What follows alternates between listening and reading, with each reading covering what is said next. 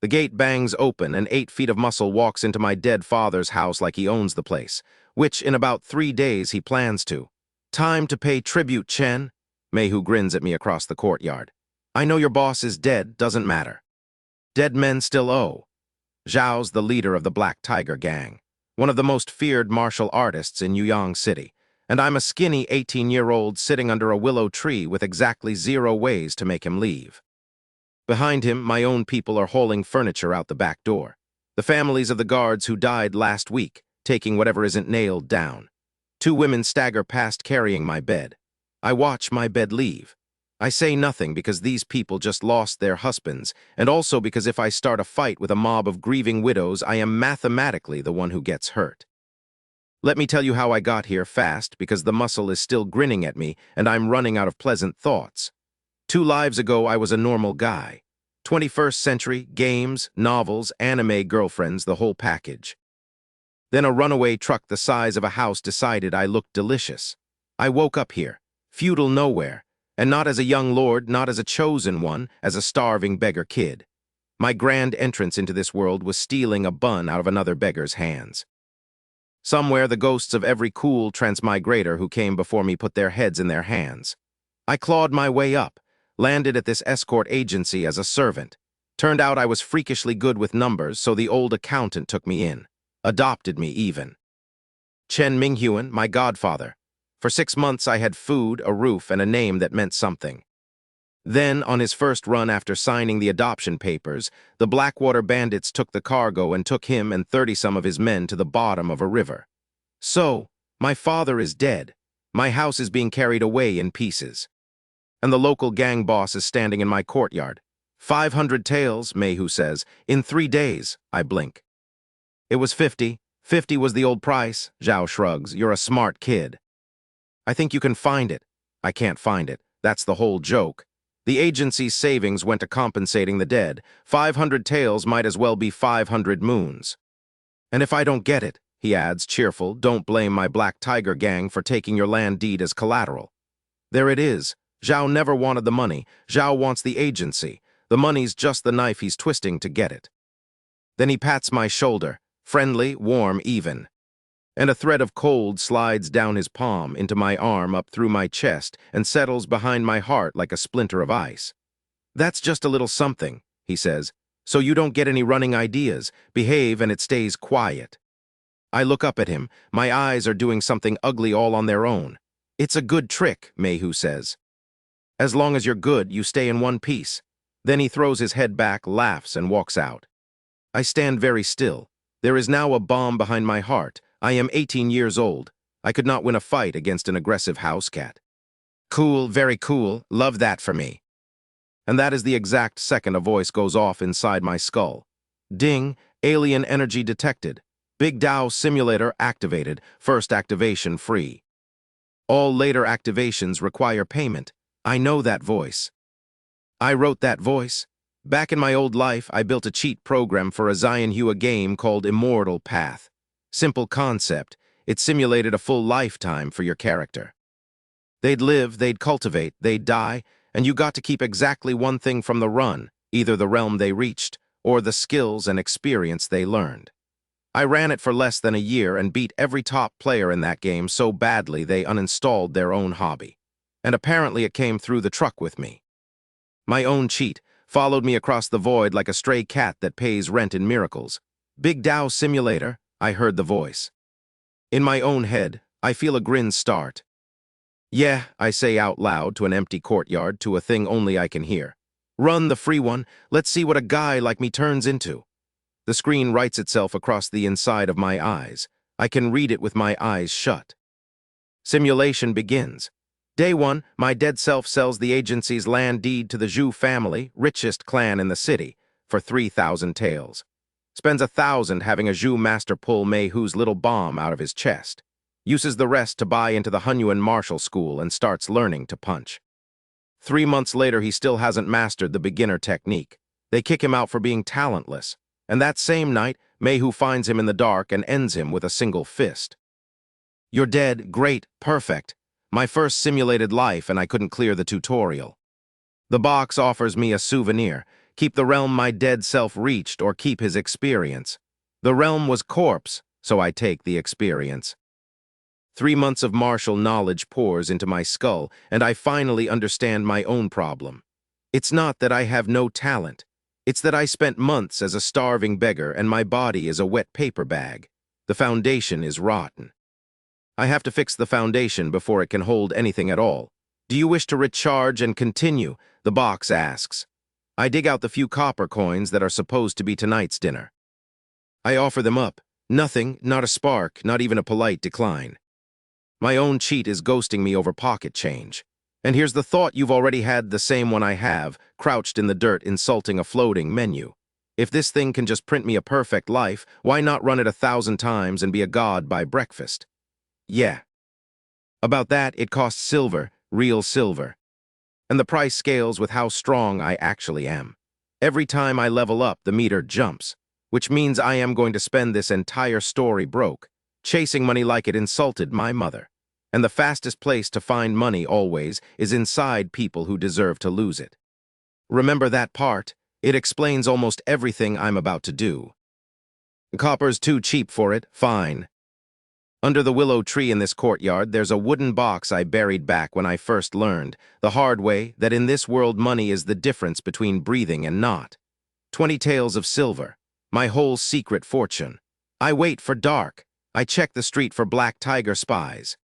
Then I dig. 10 taels go into the box behind my eyes. The meter climbs. The simulator purrs like it never ignored me at all. And I run it again. This time my dead self makes it further, masters the technique. Buys body-tempering pills, gets scouted as a personal disciple, becomes a real martial artist. Then the pills quietly eat his potential from the inside. His progress rots. His master writes him off.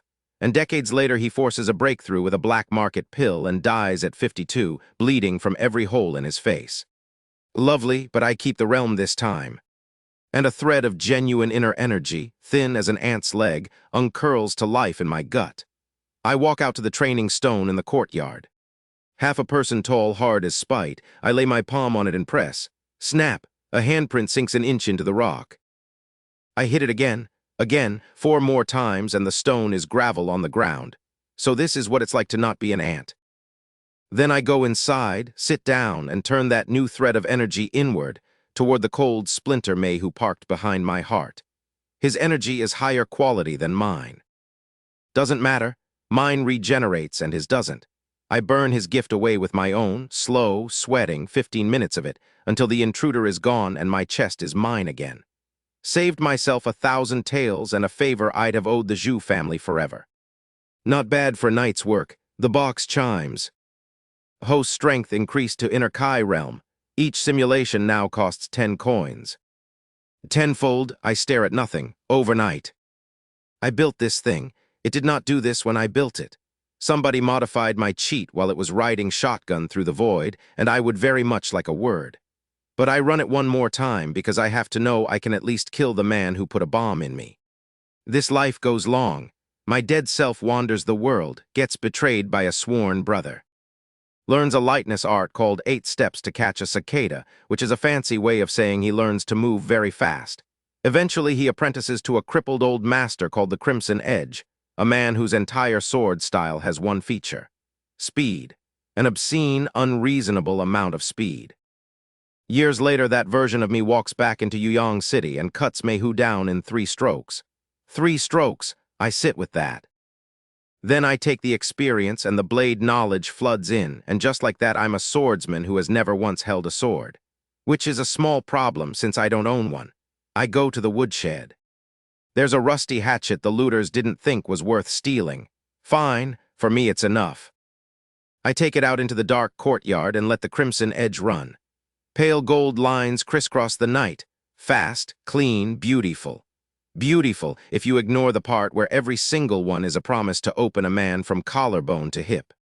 I look up, clouds are eating the moon. There's a storm coming in. Nice weather tonight, I tell nobody. The Black Tiger gang keeps a compound on Huxiao Street, 20 acres. This late, most of it's dark. I pick up the hatchet, time to go pay my tribute.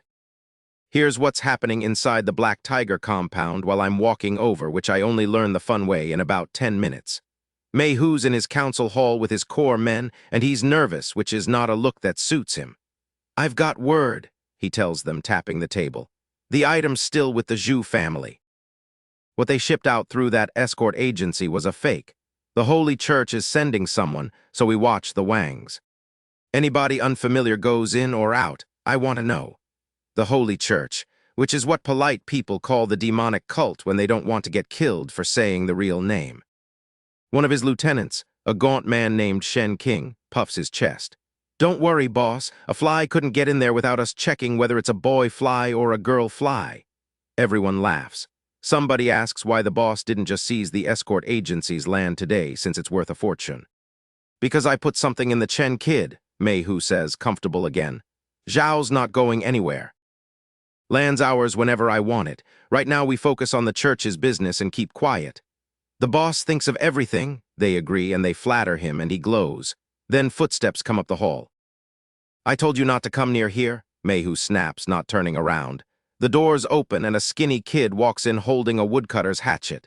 The room stares. Shen King grins. "Isn't this the little young master of that dead escort agency? Came to the Black Tiger gang at midnight with a hatchet. You here to put on a show, kid?" Everyone roars. They look at me like I'm a clown who wandered in off the street. I love a warm crowd. "Not much of a performer," I say, "but I heard you mention the Zhu family a second ago, and I'd really love if you finished that thought." Mayhu's face goes flat. "You heard that? Most of it, not all." Shen King's already moving. His right hand hooks into an eagle claw, his signature, a grip that crushes stone to powder, and he lunges for my throat, completely certain he's about to hear my neck snap. Everyone in the room can already picture it. "Lanyu," he says. A gold line flickers. Shen King flies backward like a wet rag and goes through the council table, and when the pieces settle, he's 2 pieces, opened shoulder to hip, 1 clean cut. Nobody saw the hatchet move, including Mayhu. "Not bad, kid," says a lieutenant with a scar on his brow, going pale. "This one's real, brothers together." The rest of them come at me all at once, every technique they own, mountain-shaking fist, iron palm. 12-road tan leg, the whole catalog screamed at me at the same time. "Too slow," I tell them. I take a stroll through the middle of it. Just a walk, really. Gold lines open behind me, one after another, and a red line appears across every throat in the room like somebody drew it with a ruler. They go down clutching their necks, dying without ever once seeing the blade that did it. Which, honestly, is the polite way to go. Mayhu bolts for the window. Smart man. Zhao's watched enough to know he can't win, and his whole philosophy is that as long as the green hills stand, there's firewood to burn. "Guards," he shouts, nothing answers. "No point," I say. "I took care of the small fry outside before I came in." Zhao crashes through the window anyway. I'm already on the other side of it, in front of him, faster than he is, because the cicada steps live in my legs now. "Running," I ask. "Did you ask permission?" Zhao throws Black Tiger strikes the heart at me, 20 years of killing packed into one palm. I take his arm off with a flick, then his leg with another. Zhao goes down screaming, and I put my foot on his head and press, and now we can talk. "You've got exactly 1 way to keep breathing," I tell him. "Talk." It spills out of him fast, the way it does when a man decides he'd like to live. "My father and his men weren't killed by simple bandits. Half a month ago, the Zhu family got their hands on a peerless cultivation manual, the kind that points a man toward the very top, and news leaked. So to move the heat off themselves, they hired my agency to escort a fake copy across the country. A decoy. My people were the bait. They died so a rich family could keep a book on a shelf. And Mayhu himself is an outer sect dog of the demonic cult. The Wangs are the ones who killed my father. Blackwater were just the hands. And the Dragon King gang, one of the great powers of the kingdom, holds the leash on Blackwater. I add 3 names to a very organized list I keep in the back of my head. "Take me to your warehouse," I tell him, "and maybe you get to keep breathing." Zhao does, of course he does. Zhao drags himself through his own stronghold, 1 arm and 1 leg down, and gets his men to open a stone door, and inside there's a hill of silver, a small box of gold, aged medicines, secret manuals, and my favorite, an account book. I flip it open out of pure professional habit. Old accountant, old reflexes. The Black Tiger Gang paid the demonic cult 10,000 taels a year. No wonder they squeezed the whole city so hard. This gang was just a coin purse with fists. So, Mayhu says, fawning now, spitting blood and smiling. As agreed. Can I go? I let the hatchet answer. Zhao goes down, clutching his throat, eyes wide, deeply betrayed. A blade killed you, I tell him. What's that got to do with me? The silver goes straight into the box. Balance, 3,227 coins. I stand there holding a fortune I got for the price of one midnight walk, and I have a small, warm realization about the economics of my new life. Murder and arson really do bring wealth. Robbery is the fastest bank in the world. If I'd tried to earn this honestly, it would have taken years, and I'd still have missed the gold. I pour lamp oil over the buildings on my way out. The compound sits on wide streets, nothing close enough to catch, so I'm not even endangering the neighbors. See, consider it. There aren't many men left in the world with a conscience like mine. I toss in a light. The whole place goes up with 100 bodies inside it. I look at the fire and feel genuinely good about myself. I killed these men and now I'm cremating them for free. That's called service. Then a thought hits me. 100 bodies on my first real night out. Do I maybe have a killer gene tucked away in here somewhere? No, this is organized crime cleanup. Even if the gene exists, it's clearly acting out of a deep sense of justice. I leave with the gold and the good stuff. Behind me, the neighbors wake up shouting about the fire, and one of them says the thing that'll be all over the city by dawn, that the Black Tiger Gang burned to the ground and not one of them came out to fight it. A chill goes through the crowd. Something very bad has happened here. Yeah, me. I happened here, now I have money. Which means now I can grind. I bury the gold under my willow tree, because where else does a man keep his savings? A bank. And I lie down on the floor of my empty house and start feeding lives into the box. Here's where it gets dark and fast, so I'll give you the shape of it instead of every death, and trust me, there are a lot of deaths. The safe, respectable path keeps ending with me murdered, so my simulated self does the sensible thing and joins the demonic cult, because at least the evil murder cult has a good tuition plan.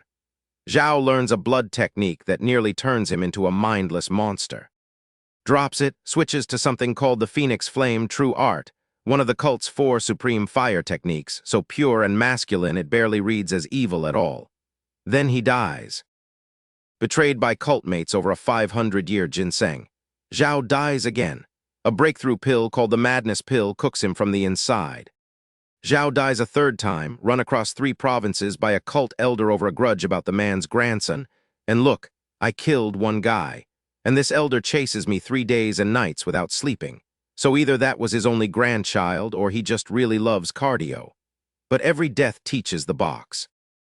And every souvenir I keep makes the real me stronger. And after a full night of this, my simulated self finally threads the needle. He tames the madness pill instead of dying to it and steps into the innate realm. I keep the realm, and in my empty house at dawn I catch fire, not the fun kind. My whole body goes furnace hot. The floor tiles under me glow red. The air dries out. My skin turns crimson, and a mark like a burning bird surfaces between my eyebrows, holds for one breath, and sinks back under the skin. When it's done, I'm innate, a real cultivator, the kind this whole city has maybe 3 of. I open my eyes, powerful beyond anything I was an hour ago, master of my own fate at last. And I notice one small logistical problem. My clothes are gone, burned to ash, all of them. I am, according to me, the most handsome man in the world.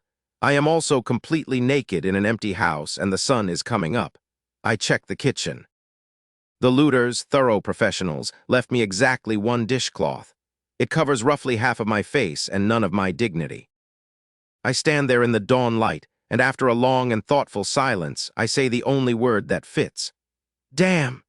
So the very first thing I do as an innate master, a being of legend, a force the common folk would kneel to, is tie a rag over my face and go steal clothes off my neighbors. How the world imagines an innate expert, a walking storm. The actual innate expert, helping a stranger's courtyard wall at 5 in the morning to borrow pants. And of course I get caught. I drop over a wall and there's a girl already awake, mid-yawn, staring straight up at a masked, naked man descending out of the sky like the least welcome deity in history. We look at each other for one frozen second. Then she hits a note so high it could crack porcelain. I tap her out before she wakes the whole street, get over the next wall, and finally find a house with a man's clothes drying in the yard. I take a set, put them on, and leave with my dignity in worse shape than the dishcloth. Her name, I'll learn later, is Ling Xiufen. And by the time I've had breakfast, bowls of wonton stacked 2 feet high, because becoming innate gives you the appetite of a small horse, the whole neighborhood has already fermented one scream into a full opera. I sit in the wonton shop and eavesdrop, because my hearing is very good now, and I listen to my own crime evolve in real time. Did you hear? The Sioux girl ran into a pervert last night, masked, naked. Pervert Zhao was a flower thief. I heard he drugged her and then, well. A meaningful pause. No, the prettiest girl on the street ruined by a lecher. Heaven has no eyes.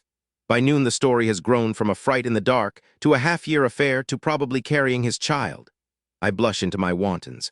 Fortunately, my face was covered, so nobody knows it was me.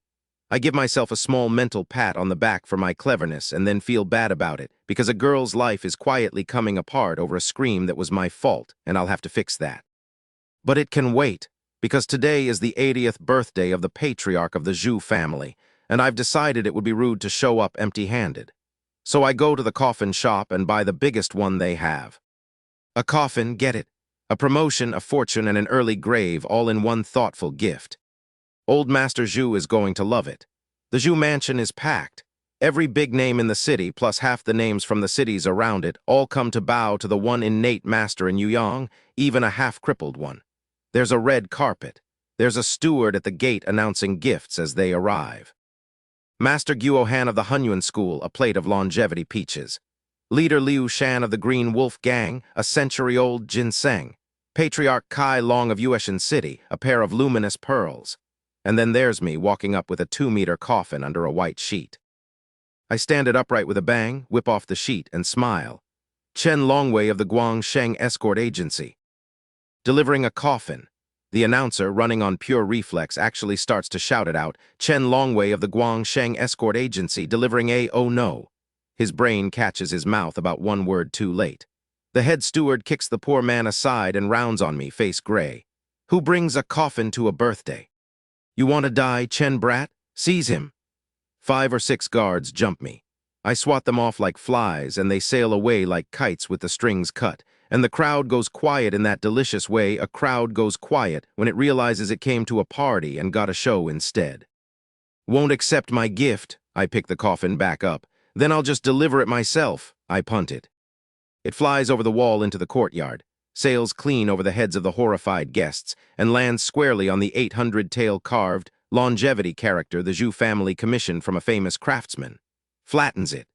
Then I hop up onto the coffin and ride it in like some kind of budget sword Immortal. Except instead of a sword, it's a box for corpses, which I feel sets exactly the right tone. Gu Kai, head of the family, storms out of the crowd. Who are you? Why do you disturb my father's celebration? Zhao's furious.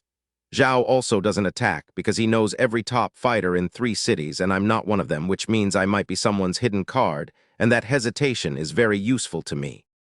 You don't recognize me? I chuckle. That's fair. A commoner like me isn't worth the great Zhu family's attention. Someone whispers in his ear. I watch his face do math. Zhao's heard of me now, the refugee kid, the adopted accountant, the trash who took up martial arts 2 months ago and has the strength of a wet noodle. Then he sees the wet noodle standing on a coffin having just tossed his guards across a courtyard, and the math stops adding up. Your family, I say, pleasant, murdered 32 of my people. Then went home and lived your lives like nothing happened. The crowd inhales as one. Everyone in Yuyang heard about the massacred escort agency. Nobody knew who hired that run. Now they do, and they're delighted because a falling wall gets a push from everybody. Gu Kai's face goes hard. Escorting is a dangerous trade. Your people died at Blackwater. Nothing to do with my family, and if they died, it's because they were weak. My eyes are stinging. I let them. What a beautiful excuse. My voice comes out very steady. They died because they were weak, so now that I'm standing in your courtyard, does the great Zhu family also just have to accept its bad luck? That does it. Zhao leaps, throwing a palm with 20 years of internal energy behind it, straight at my face. I kick him. Lightly, Zhao crumples backward across the stones. Then I step on his head. Zhao struggles under my foot like a beetle. "You're the first," I tell him and press down, and his head comes apart like a dropped melon. Red and white on the courtyard stones. The Zhu women start screaming. A dozen guards charge, bloodshot and loyal, and I crush their necks one after another like I'm shelling nuts. I'm just getting to the fifth son, the one who ran the intelligence, the one who signed my father's death warrant, when an old voice tells me to stop. Everyone turns. An old man drifts out of the inner hall with a cane and the air of someone who has transcended all petty things. This is Gu Song. The birthday boy, the one innate master in the whole city. Zhao walks toward me slow. "Young friend," he says gently, "I know something of the Guangsheng agency." My son's actions were radical. Truly, he deserved to die. The whole courtyard shifts. If the old Immortal says the Zhu family was in the wrong, then the Zhu family was in the wrong, and everyone hears it. "We're both innate," he continues. "There's no need for the two of us to fight to the death. My family won't pursue my son's death. We'll even offer you some compensation." "What do you say? It's very gracious, very reasonable." Then he crosses 10 steps in a single blink and hits me with a frost divine palm, a killing move. His whole hand rhymed white, all that graciousness just a coat of frost over a knife. "Young, gifted," someone in the crowd mourns, "but too green, too inexperienced." Here's the thing Gu Song doesn't know. I don't just have innate strength, I have the phoenix flame's fire. And fire is the natural predator of cold. I meet his palm with mine. The temperature in the courtyard jumps 100 degrees. His frost gets swept away like it was never there. And then it turns on him. His own true Kai, beaten backward, freezes its own master from the inside out. Zhao staggers 3 steps and stops, mouth open on the words, "The flames, I hate them so much." And then he's just an ice sculpture standing there, lifelike and dead. The one innate master in Yuyang City, killed by one palm from a 17-year-old. The courtyard doesn't make a sound. I melt him with a second palm and go through his corpse because a man like that keeps his real treasure close. There, a book bound in rough paper, primordial dragon elephant technique. The peerless manual, the whole reason my father's men are ash. I put it in my pocket. Then I finish what I came for. For 15 minutes the Zhu mansion is nothing but weeping, and not one of the honored guests lifts a finger to help. I let 2 terrified servants live because they turn out to be helpful, and with their help I sweep the family's treasure into boxes. The silver goes into the simulator on the spot. The rest, herbs, manuals, deeds, I auction to the guests, right there in the bloody courtyard because there's no shortage of rich vultures and they are thrilled to bid. I walk out with 320,000 taels between the silver and the notes. The news of the Zhu family's ending outruns me down the street, settling scores fast. Sweeping the board clean, humming a little tune in the evening. This is what a man's supposed to feel like. Then I pass the Sioux girl's courtyard on the way home and the tune dies in my throat. There's a crowd at her gate, pointing, clucking, having a wonderful time, and I hear enough to piece it together. The rumor I started this morning has, over the course of one day, grown up, from a fright in the dark to half-year affair to carrying his child. Her butcher fiancé heard, marched over, and demanded his betrothal gifts back. Her father had already spent them, so to settle the debt, he sold his daughter to the Golden Phoenix, the biggest brothel in the city. She's ruined, for a scream that was my fault. And a madam and 2 thugs are dragging her out the door right now while she fights them with everything she's got. I made a mistake this morning. I'm going to unmake it this evening. I walk into the wall of gossiping people and it parts like water. The butcher's still there, arms crossed, waiting to collect his money. Zhao sees me shove through and decides my dead father's dead agency makes me nobody now. Zhao swings a palm the size of a fan at my face. The slap lands on him. Zhao flies several meters, hits the ground with half his teeth gone, blood coming up. Zhao stares at me like the world stopped making sense. Wasn't this kid a beggar? Then scrambles up and runs without looking back. The 2 thugs still have their hands on Xiao Mei, leering, promising to teach her some manners tonight. I spit a little breath of phoenix flame Kai at them. It splits into 2 fist-sized balls of white light, drifts onto them like it's got a mind of its own, and thunder. Real thunder out of a clear evening sky. The 2 of them go up like they hugged a keg of gunpowder, flopping on the ground, covered in burns, howling. "A god," someone in the crowd breathes. "Young Master Chen is a living god." Half the street drops to its knees. It's a party trick, spitting Kai. But to people who have never seen a cultivator, a party trick is a miracle, and I'm not going to correct them. The madam, sitting in a spreading puddle of her own making, finds her voice. Our phoenix has a backer in the county government, boy. You wait, then she scrambles up and flees because a smart brothel owner never eats an immediate loss. She'll come back with reinforcements. I turn to the father. How much did she pay you for your daughter? "50 taels," he stammers, not out of shame. Out of pure terror that I'll swat him like the butcher. 50, fine. I'll buy her, no objections. Following young Master Chen is a blessing my daughter earned over 8 lifetimes. Zhao's shaking his hands, nodding hard, delighted. Good. I pay him 50 taels, then I turn to the crowd. Whoever started the rumor that my maid was having an affair, step forward. A plump woman shuffles out. Aunt May, the tofu seller. She drops to her knees, wailing, slapping her own face, calling herself less than human. So sorry, it was all baseless. She made it up. She slaps herself so hard and so long that she knocks herself unconscious. Nobody on the street feels a thing for her. Let's go, Zio Mei. She looks at the unconscious gossip, then at me, then she follows. Young Master Chen, her father calls after us, leaning in hopeful. About that silver? Oh, right. I reach into his pocket and take the 50 taels back out. I chased off the golden phoenix, I explain. This is my spoils of war, 50 taels exactly. I toss it back to him. Zhao stares. I get to watch, in real time, the exact moment his brain breaks trying to understand how he just gave me his daughter for free. Xiaomei trails me into the empty agency and looks around at the walls, the dust, the absolutely nothing. I heard the families took the valuables, she says quietly. But this is a lot. Find a room and sleep, I tell her. Tomorrow I take you to the Hunyuan school to learn martial arts. Her face falls. But I want to follow the young master. I can serve you. I can warm. She can't finish it and goes red to the ears. What's the use of serving people? I cut in. In this world you need real strength or you'll always be somebody's property. Do you want to be somebody's property? She thinks about it, actually thinks. Then she shakes her head, no. Xiaomei doesn't want to be property. Then it's settled. I pat her shoulder. Her stomach growls, loud enough to echo off the bare walls.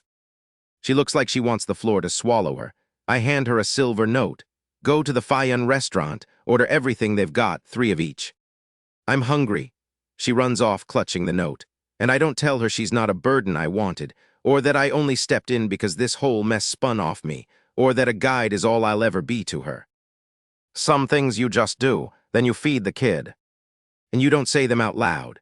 While she's gone, I pull out the manual I peeled off Gu Song's corpse and feed it into the box, because now I've got something worth grinding for. The primordial dragon elephant technique is a body-refining art with 13 levels, and from the 7th up, each level doubles your strength. Level 13 gives you the power of 64 dragon elephants, enough to arm wrestle a great grandmaster and win. So naturally I want it, and naturally it fights me for every inch. I run life after life. Locked away alone in a nameless mountain, my simulated self grinds the technique to the 6th level and stalls. So I try joining forces instead, and get a full guided tour of everyone in this world who'd like me dead. The demonic cult leader soul searches me to death the instant he smells the Phoenix Flame art on me. That's interesting. File it. The Dragon King gang eats itself in a succession war, and I go down in the crossfire. And then there's the Imperial Court run, which is where it gets interesting because that life goes long.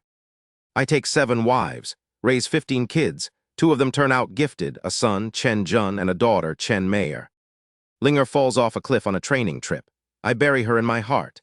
And a year later she walks back in alive because she landed in a hidden valley stuffed with spirit medicine, ate her way to a breakthrough, and brought home a 500-year-old vermilion fruit. A fruit that reshapes your body and raises your natural talent. Talent, the one thing money can't buy, the one thing I was born short on. I keep the realm, and in the real world I take the 7th level of the dragon elephant. It feels exactly as pleasant as it sounds. The power tears my muscles apart, heals them, tears them again, over and over, while I lie on the floor of my empty house growling like an animal and mentally composing a strongly worded complaint to whoever wrote this technique. Come out here, let's talk about your design choices. When I wake up, I'm caked in blood and black gunk. My strength has almost doubled north of 16,000 jin now. And bonus, the whole process scrubbed my meridians clean and tripled how fast I cultivate. I also know my next stop, Eagle Cliff. There's a fruit out there with my name on it. Zayome comes back leading 5 waiters and 30 dishes, worried out loud that we can't possibly finish it all. You can't, I tell her. I can. I eat the whole table, bones and all. She watches me clear 30 full servings, leaves her exactly half a fish head, and drifts off to find a room with the expression of a person who has watched a natural disaster from very close range.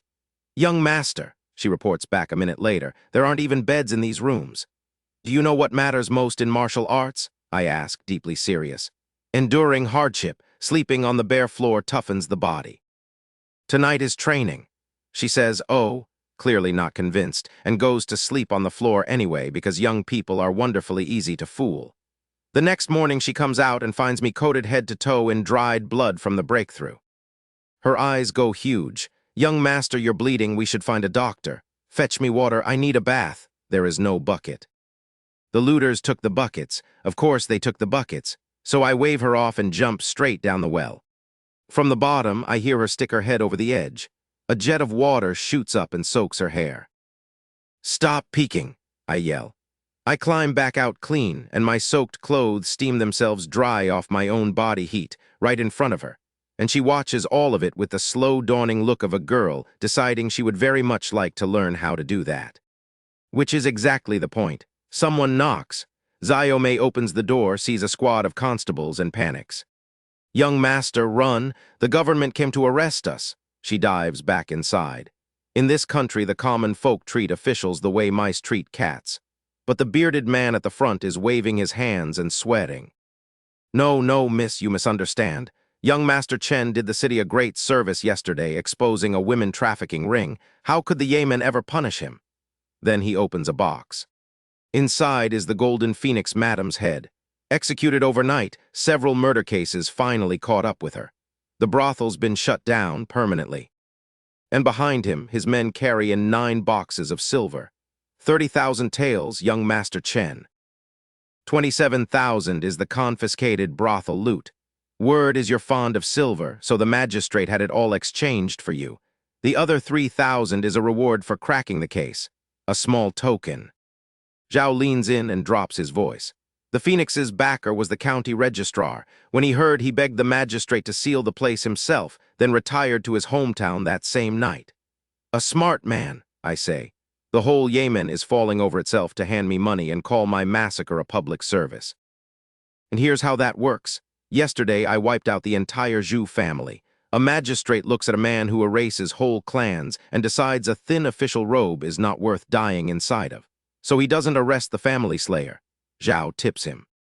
I lure Zayome into the next room with the promise of a magic trick, and when she comes back out, the 9 boxes are empty and she's amazed, and the silver's in the box behind my eyes. I ran 8 simulations last night. Now I've got 30,000 more coins and 50,000 in notes, and genuinely more money than I know how to spend, which is a sentence I never expected to think. There's one loose thread the magistrate doesn't mention. I only learn it later. After his men leave the Yemen, a white dove flutters onto Magistrate Lu Wai's desk.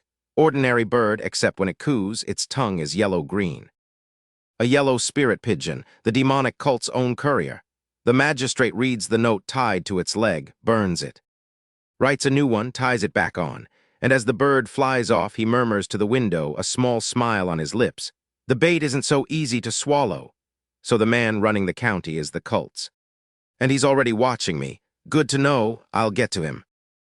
But first I keep a promise. I take Zayome to the Hunyuan Martial School and hand her to Master Guo Han, a decent enough place in the simulator if you pay. And I leave her 100 taels, which should last 2 or 3 years, long enough to learn to stand on her own feet. She stands at the school gate, eyes brimming, and asks when we'll see each other again. That's up to how hard you train, I tell her. I mean it as a kindness. It lands like a door closing.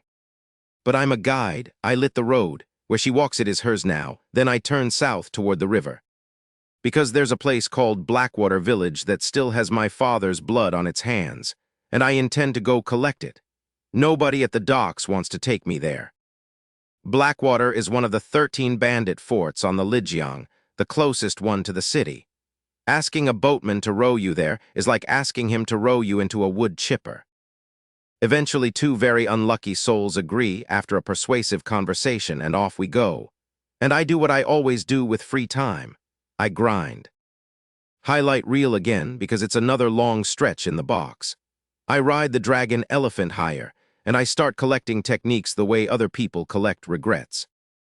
I buy my way into the Golden Buddha Temple, 30,000 taels of incense money, because it turns out even holy monks with strict rules have a price, the hypocrites, and I walk out with the Golden Bell Shield, the Arhat Divine Art, and the one that actually matters, the Marrow Cleansing Classic, a scripture that slowly, endlessly raises your natural talent, useless to a normal cultivator who runs out of years. Perfect for a man with infinite lifetimes to burn. It's like the thing was written for me specifically. And in life after life, I keep hitting the same wall. His name is Jiang Yi, the leader of the demonic cult. There's a set of relics out there, a dead high monk's belongings, an ancient scripture, that he wants so badly he personally hunts down and kills my simulated self every single time I get near it. 32 moves, that's how long I last against him, every time. Zhao is the ceiling of this world. Violet, the real me. By the time we're halfway to Blackwater, I've stacked so many arts that, when I take a breakthrough, my body runs hot enough that the two boatmen dive into the river to avoid being cooked. Then the boat itself dries out, cracks, and comes apart in a dozen pieces, dumping me in the water. I fish the boatmen out by their collars and set them on the bank, where they immediately kneel and beg the demon lord not to eat them. "Do I look like a monster to you?" I ask, honestly a little hurt. "We dare not look, my lord. If we see your true face, we'll surely be eaten." I give them a 50-tael note for the trouble and let them run. I need a new ride. One floats down the river right on cue, a 3-story merchant ship, Zhao family colors. I land on the deck a little harder than I mean to, leave 2 foot-shaped holes in it, and knock out a dozen guards on the way down. The merchant, a mustached man named Zhao Yang, takes one look and decides very quickly that I'm not someone to fight. When I mention I'm headed to Blackwater, he assumes I'm a Blackwater man myself and bows me straight to a fine cabin. I don't correct him. Zhao will find out. His daughter's on board too, Zhao Mingzhu. Sharp, lovely, 20, and dodging a forced marriage her father is dragging her upriver to. She uses me as a shield to duck her blind date, which I know, because I can hear the whole family gossiping 3 floors down like they're shouting in my ear. Her brother, a spoiled little snake named Zhao Cheng, spends the trip sneering at everyone he isn't afraid of. Then Blackwater's toll collectors board us. 40 or 50 bandits, led by a scarred lieutenant named Guan Wai, shaking the ship down for treasure because some important guests are coming to the village soon and the chief wants gifts. They tear through the cargo. Then they drag Mingzhu out to present to their chief as a prize. And her own brother, terrified of getting caught in it, jumps in to help. "Father, my sister's old and nobody wants her anyway. It's her good fortune to become the Blackwater chief's wife. If we're in laws, maybe we even save on tolls." Her face goes gray. She used to think he was just spoiled. Now she knows he'd sell her for a discount. I've heard enough family loyalty for one afternoon. I take the pirates apart. Not a fight, a redecoration. They come through the walls, off the deck, into the water. Guan Wai loses his head trying to run. The deck goes very quiet and very red. Then I step off the side of the ship and walk across the surface of the river toward the Black Mountain, because Blackwater is finally in sight, and I've waited long enough. Behind me, the whole ship stares. Walking on water is a thing only innate masters can do, and they never dreamed the bookish boy in the good cabin was one.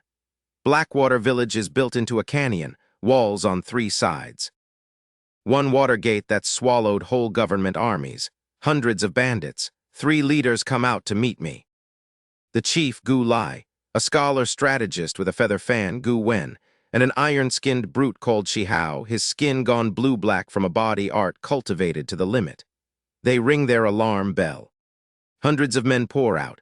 Archers loose volley after volley, and the arrows bounce off me like I'm a wall because I am, more or less. I walk up to their 3-finger-thick ironwood gate, the one that broke armies, put my palm through it, and turn it to splinters. Then I let the dragon elephant out. My blood rises into the air and takes shape. A phantom, a dragon-headed elephant 3 stories tall, stitched out of pure kai and killing intent. It steps into the bandits like a man stepping into tall grass. Hundreds of them. It doesn't take long. The three leaders make it a few hundred meters before the phantom form registers, and they go white, because a manifestation like that means Grandmaster, and Grandmaster means their whole village was never anything but a snack. They kneel, spare us. The Dragon King gang made us do it. We didn't have a choice. The real villains are them. Sir, we can help you, Gu Wen says fast, feather fan trembling. The Dragon King sent an elder to our village. We can set a trap, we can. No, I say, your plan's too slow. I'd rather use your blood to tell my father's men they can rest now. And I do. Then I stand in the wreckage of Blackwater Village with my father's murderers finally, actually gone. And I feel not much, honestly. A quiet, like setting down something I'd been carrying so long I'd stopped noticing the weight. The escorts of the Guang Sheng agency died as a decoy so a rich family could keep a book. Blackwater held the knives, and now Blackwater is a memory. It's not the whole debt, but it's the part with faces on it. Then I loot the warehouse, because grief and bookkeeping are not mutually exclusive, and I go find the Zhao ship still lingering at the dock, because a man who just walked across a river tends to change how people negotiate. Zhao Yang buys the entire Blackwater haul off me at 90% of market. No haggling.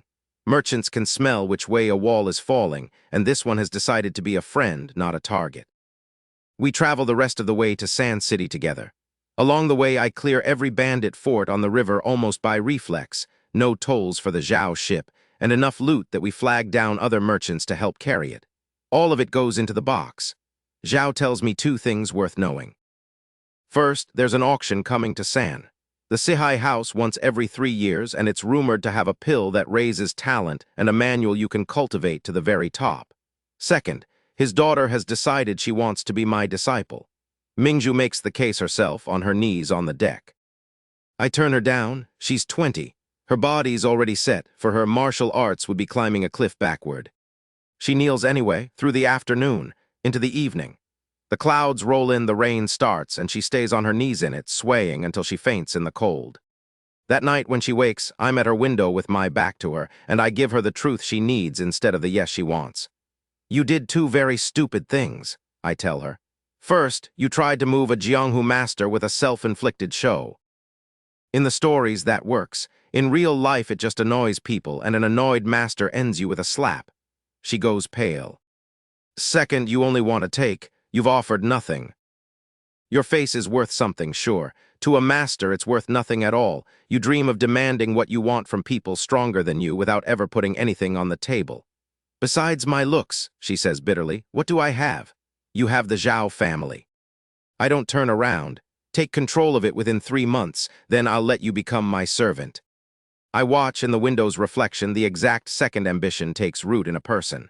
It's a good look on her. We'll see what she does with it. Sand City is 1 million people, and when I arrive, there are 2 notices on the wall. One's a wanted poster for a demonic cult woman called the Poison Spider.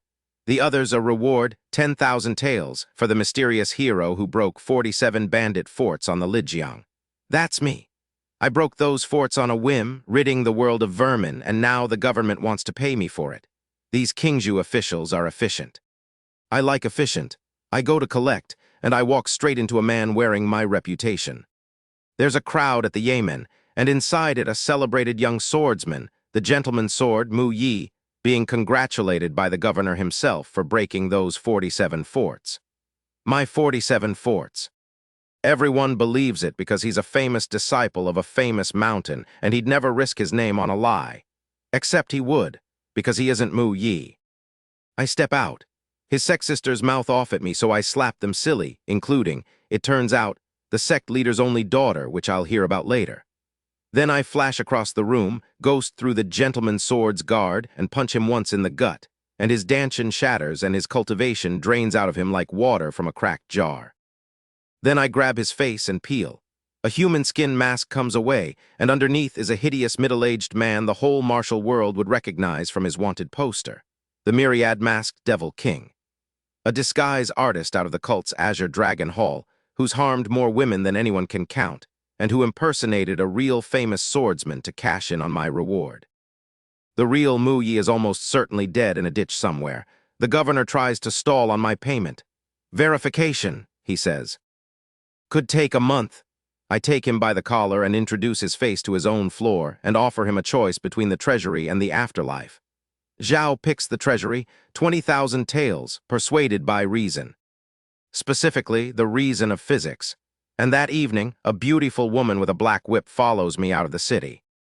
The poison spider herself, Mulan, except she's not here to fight, she's a courier. She hands me a letter, drawing little circles on my palm with her fingertip while she does it, and the letter is one line: meet me at Juxin Courtyard on the 18th. Phoenix Flame, the Phoenix Flame Venerable, one of the 4 great masters of the cult. The woman whose fire art I've been quietly cultivating in 100 simulated lifetimes without ever meeting her. I burn the letter to powder in my palm, which makes the poison spider's eyes go very wide, and I tell her I'll be there. Because I've spent so many simulated lives tangled up with the Phoenix Flame Venerable that meeting her in the flesh feels like finally putting a face to a name I've known forever. I'm curious. Not about her, about the man standing behind her. But that's the 18th. The auction is the 17th, and I have a shopping list. The Sihai Grand Auction is 1,000 of the richest people in the region packed into one hall. It opens with a marrow cleansing pill and only gets more insane from there. 1 marrow cleansing pill, the auctioneer calls, starting at 1,000 taels, 5,000. 10,000, 30,000. Poor Zhao Yang came with 100,000 for that pill to raise his useless son. Zhao bids, Zhao sweats. And it sells for 160,000 to the biggest family in the city, and he slumps in his seat like a man who came to a feast to watch other people eat. Then the rest come out. A 7,000 jin divine sword, a 1,000-year fire mushroom, a secret art that quadruples your power, a top-tier lightness skill, a drop of 1,000-year stone milk worth 60 years of cultivation, and last, the thick earth manual, a grandmaster internal art, which the Dragon King Gang's 7th elder takes for 800,000. 10 treasures, each one a fortune, bids screamed across the hall like a market.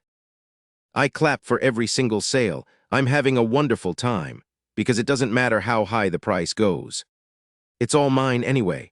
When the last item sells, I walk up onto the stage. The auctioneer, a lovely woman in palace dress, smiles and asks if she can help me. I'm here to collect, I say. She checks. There's no record of me buying anything. She keeps smiling. I'm afraid we have no auction record for you, sir. I point at the treasures in the winner's hands. I didn't spend a copper, I agree, but I feel all of these should belong to me. The whole stage goes still. They've never seen shamelessness on this scale. The hot-tempered Dragon King elder decides to teach the child a lesson. Zhao throws a punch that shakes the air. I punch back, his arm comes apart. Then the rest of him into a red mist that paints half the stage. A Xianshan mid-stage master, erased like a typo, and that's when the real ones stand up. Min Fang, an external arts grandmaster, head of the richest family in the city, swells 3 meters tall and hammers down a jade-lit fist at my head. I don't even look at it. My thick earth armor swallows the blow like it's a pillow, and I return one open palm. Zhao goes the way the Dragon King Elder went, straight through a wall. The room stops breathing, and into that silence comes a blood-red sword out of empty air aimed at my back at the exact instant I'm supposed to be spent from killing Min Fang. Perfect timing. A masterpiece of a sneak attack. Guo Wuji, the deadly sword. The #1 grandmaster in the whole kingdom. 10 years retired. The secret hand behind the entire Sihai auction house. And beside him a poison master named Ling Xiu, already leaping in for the kill they are sure they've set up. They haven't. My coat comes off me on its own, hardens into iron in the air, catches the sword and twists it so the tip stabs into Ling Xiu's own chest instead. A move called Shifting Stars, out of the complete Thick Earth manual, which Guo Wuji knows for a fact I shouldn't have because the version he auctioned was only a fragment. Zhao's still puzzling over that when the real fight starts. Zhao opens with 98 sword strikes in a single heartbeat. A cage of blades with no gaps. And Ling Xiu floods the whole thing with green poison mist, a small storm of it, swirling around me like 1,000 dancing insects. For 1 second, the crowd is sure the arrogant boy is finally cornered. Then Ling Xiu comes flying out of the storm, dead, cut to pieces, half by his own poison, half by a blade that isn't his. And Guo Wuji runs. The #1 grandmaster in the kingdom, running. Zhao makes it a dozen steps before a wound opens him from shoulder to hip, because while he was busy teaching me his sword, I was busy learning it. Zhao looks down at himself, baffled, and then he laughs, the ugly self-mocking laugh of a man who killed his whole life and never once pictured this. 10 years ago, even the divine sword ancestor couldn't kill him, and here he dies to a boy who isn't even a great grandmaster. Then he's just a body on the floor, 3 grandmasters. One after another, the hall is the color of paper. Leave your things, I tell the winners, or join them. Nobody argues. They set their fortunes at my feet.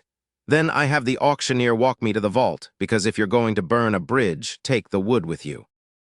The vault holds 5 million taels, plus the leftover treasures, and I pack all of it.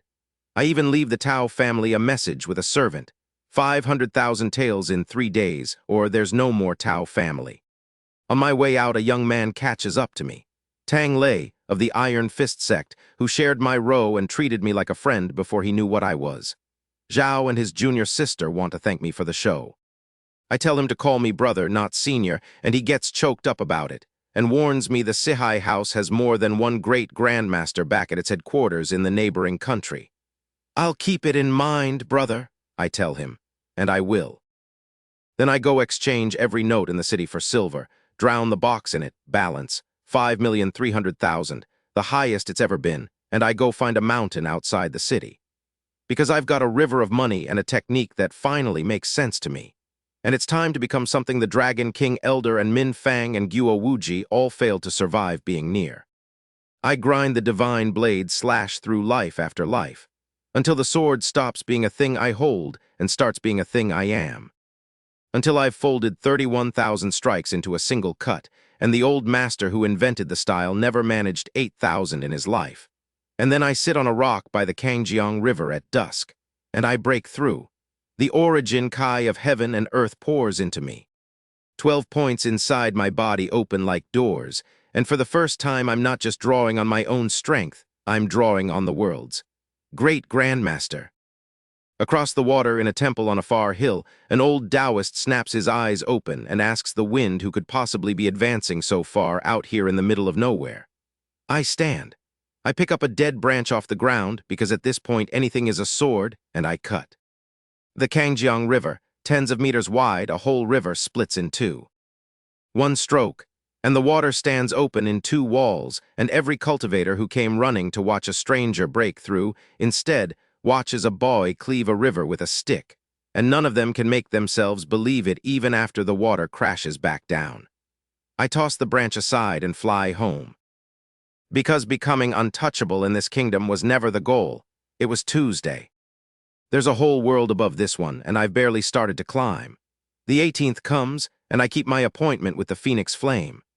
Juxin Courtyard turns out to be Azure Dragon Hall territory, an ambush dressed up as a tea invitation, complete with a dozen cult loyalists tucked into the flowers, because I crippled one of their favorites and they'd like that back. So before we get to pleasantries, I draw my sword and clear a 300-meter circle of everything hiding in it. The garden rains a little, then the Phoenix Flame, and I can talk like civilized people. She's exactly as advertised, red dress, autumn eyes, a voice like a warm hand on the back of your neck. She plays the concerned beauty who only wants to save me by having me join her cult, of course, where the leader will guide me to greatness. It's a good performance. I've seen the ending 100 times. So I skip to it. Your master, Jiang Yi, is going to blood sacrifice all 4 of his venerables to fuel his own breakthrough, I tell her. You're not a disciple, Phoenix Flame, you're an ingredient, she scoffs, so I light the mark between my eyebrows. The Phoenix Flame's divine fire pours off me in waves. The pond boils. The stone under my feet turns to spiderwebs. And I show her the true art, 15 levels, not the 12 her master let her have, the last 3 quietly kept back, and I watch the loyalty of a lifetime crack straight down the middle. She kneels, because a woman who's just been handed the whole technique she was denied, and told the man she served means to render her down for parts, doesn't need much convincing about which way to turn. I put a mark inside her. My own improved version of a control seal, the kind that ends a person from the inside if I decide it should. And I give her 2 jobs: keep spying on the cult, and use the cult's information network to map every force in Sans City, large and small. because I've decided I need a net of my own, and it just so happens someone else is already weaving one for me. His name is Yifeng, the Cold-Blooded. Fourth of the Imperial Six Doors Divine Constables, a grandmaster who hunts grandmasters. The court has noticed that I beat their governor and emptied their auction, and they want me dead. So Yao and the head of the ruined Tao family go recruiting, the 4 big gangs of San, dozens of smaller ones, a great net to drop over me. The problem for Yao is that his every move leaks to the Phoenix Flame and from her to me. And I have a simulator and a very bad attitude. So while he's out signing people up, I'm one step ahead of him signing them out. Zhao goes to recruit the Dragon Society, the #1 local gang, and finds its leader already a corpse, and the gang renamed a hall of something called the Martial Alliance. Zhao races to the caravan next, sure he can beat me there. Zhao arrives to find the caravan's boss burned to ash, and a fresh red signboard being nailed up over the old one, Martial Alliance, see Hall, the paint still wet. The timing so perfect it feels like someone with a cruel sense of humor arranged it. Someone did. I'm watching the whole thing from a restaurant across the street while the Phoenix Flame rubs my shoulders, and when she says I might be bullying the poor man a little, I tell her this is just the appetizer. Zhao tries the Cliff of Despair, a den of poison-mad lunatics, figuring even they hate me enough to sign on. Zhao finds the Cliff of Despair a mausoleum, its 3 masters arranged in a neat tableau, killed by a blade he's starting to recognize. Zhao runs back to the Dragon King Gang branch, the last piece with a real grandmaster behind it. Zhao gets there just in time to watch the 4 gangs he wanted for himself tear it apart. In the Alliance's name. By the time Yifeng finally understands the shape of what's happening, it's done. The mysterious Martial Alliance, out of nowhere, has swallowed every fighting force in the province in about the time it takes to get a good night's sleep. Nobody knows who leads it. Everyone's terrified of it. The court sends a new governor and 200,000 soldiers to crush it, and on the eve of the siege, every general in that army dies in the night, and the new governor is found in pieces, and after that, nobody mentions sieges anymore. The conductor behind the whole trap, it turns out, is an ambitious little prince named Wei Kang, third in line and hungry for the throne. His clever plan was to stage a beat-up-the-arrogant-boy scene, then swoop in and rescue me and recruit me as his loyal monster. Cute plan, Zhao built it to catch a grandmaster. Zhao caught me instead, and he doesn't even know it yet. And the funniest part, the part I genuinely enjoy, is that I did all of this for 2 boring reasons. I need money to feed the box, and an entire province of gangs makes a wonderful piggy bank. And every soul that dies in the process is 1 less soul plotting my death while I'm trying to concentrate. 2 birds. 1 very large stone. The cult sends the other 3 venerables to kill me. Azure Dragon, White Tiger, Black Tortoise. They set it up beautifully. Get me drunk on the top floor of my own restaurant. 4 beautiful courtesans fussing over me. The Phoenix Flame pouring my wine and slipping the most feared poison in the world into the cup. The Immortal powder, the stuff that killed the greatest swordsman who ever lived. 2 effects. It locks your Kai for 2 hours and it kills you inside 3 days, and not even an immortal can fix it. I drink it. I let them see me drink it. Then I stagger up, clutch my chest, and stare at the Phoenix Flame with the most heartbroken look I own. What did you do to me? I trusted you, and you betrayed me. I'm working up to a single tear. The Phoenix Flame rolls her eyes so hard I feel it. Master. The prey's in the trap. How long are you going to keep acting? I cough. Do you have any idea what an actor's dedication is? I was going for pathos. The 3 venerables gape. They watched her poison the wine. They watched me drink it. And here I am, negotiating my own death scene like a director. You're not poisoned, Azure Dragon breathes. How would I have lured all 3 of you out if I weren't? I hold up 1 finger.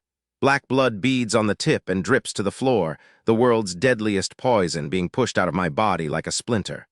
Because 10 days ago in the box, this poison already stopped being able to kill me. Now it can barely give me a stomachache. In the weeks since I founded the Alliance, I've quietly cultivated all 4 Beastarts to the 15th level and opened every one of the 288 energy points they map. The Immortal powder is, to me, a mildly annoying beverage. White Tiger backs away, whispering that even the cult leader couldn't handle this. So I kill him with his own signature move, the Heavenly Net, a golden web that in his hands could barely hold a grandmaster for a breath. In mine it drops over him whole, and when it closes, he comes apart into neat little pieces. Azure Dragon dives through the floor to escape. I catch him below with the Wonkai grab, his own art, a giant blue hand out of nowhere that squeezes him to pulp like a mudfish. The last one, Black Tortoise, gives up running and just watches, half hoping to see a miracle because surely I can't have the water art too. I have the water art too. I flick him out the 7th floor window like a ball, and halfway down his own water explosion goes off inside him, and he bursts into fireworks over the street. Zhao looks in his last second, almost grateful. Dying to his own ultimate technique is a kind of honor. The Phoenix Flame watches all 3 of her old colleagues die by their own hands and feels a little sad, a little relieved. Mostly, I think, she's decided that being my enemy is the unluckiest thing a person can be. Then she asks, hopeful, how fast the Vermilion Wing Escape art will look when I use it. Fair question. The manual's ultimate is a pair of fire wings that doubles your speed on the ground. I unfold mine, 3 meters of fire off my back, and she gets ready to admire the footwork. And then I go straight up, and keep going into the sky, a red streak shrinking into the distance. She stands there with her jaw open. The Vermilion Wing makes you run faster. It does not make you fly. But I burned tens of millions of tails in the box redesigning it. Took the wing, bolted on everything I remembered about bird anatomy and aerodynamics from a previous life, and rebuilt the whole thing into a set of wings that actually fly. 1,000 lie an hour, 10,000 lie in a day. So the first innate master in this city once had to steal a stranger's pants at dawn. And now, that same man is a red comet crossing the sky, and I would like it noted for the record how far a guy can come in a couple of months. The courtesans watch me vanish with sparkling eyes because what woman doesn't like a shiny thing? Lock those 4 up somewhere quiet, I call down, and take over the halls. The venerables are dead, the cult's yours now. Then I'm gone and the wind takes the rest. The alliance runs on money, and I am the money's only destination. I put the richest merchant in the province in charge of building my headquarters and managing the treasury, and the poor man nearly has a stroke every time I visit. Zhao fills a vault meant to hold 5 million taels with 18 million, and every time I walk in, no matter how much is there, it all vanishes into the box behind my eyes. Zhao's started to suspect I'm not a man but a ghost that eats silver. Zhao's not entirely wrong. I call a midnight council once when the take runs light. 300 hall leaders stand in a dead silent room while I tap one finger on the armrest until the sweat runs. Then I ask the merchant why the silver's short, and he weeps out a name, a hall master called Kai Bo, skimming a fortune and hiding merchants' assets. Kai Bo swears he's innocent. Demands evidence. Evidence, I take a sip of tea. Do I look like a court to you? His head hits the floor before the cup does. The room goes very still, and I stand up, and I explain the management philosophy of the Martial Alliance in one sentence. I built this to fund me, and anyone who doesn't fund me is furniture. Then I promote a nobody assassin and Zhao Mingzhu into the empty chairs. Mingzhu made good on her 3 months, by the way. She took the family, and I tell every hall to produce 2 million taels in 7 days. They do it in 3. Money, as a wise man said, is like water in a sponge. There's always more if you squeeze. My halls rob the landlords. They rob the imperial military payroll. They rob the government treasuries. Everything but the common people, which is the one line I hold because I'm not a monster, I'm a very specific kind of monster. When the news reaches the capital, the emperor stands up in court and shouts that the Kingzhu tax silver is his money and these alliance bandits are treating it like an allowance. Zhao's correct. It is an allowance. Mine, but money's only fuel. What I actually need is up, and up is getting hard. So I go rob a temple. The Golden Buddha Temple has 1,000 years of history, and one thing I want, a scripture called the Indestructible Vajra, and the old ancestor who guards it.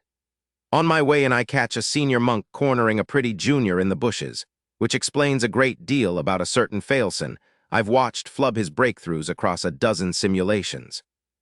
I clear that up permanently, kill the hall heads who try to bury it to protect the temple's face, and then I go find the old ancestor by making it very clear that I'll keep killing monks until he stops hiding.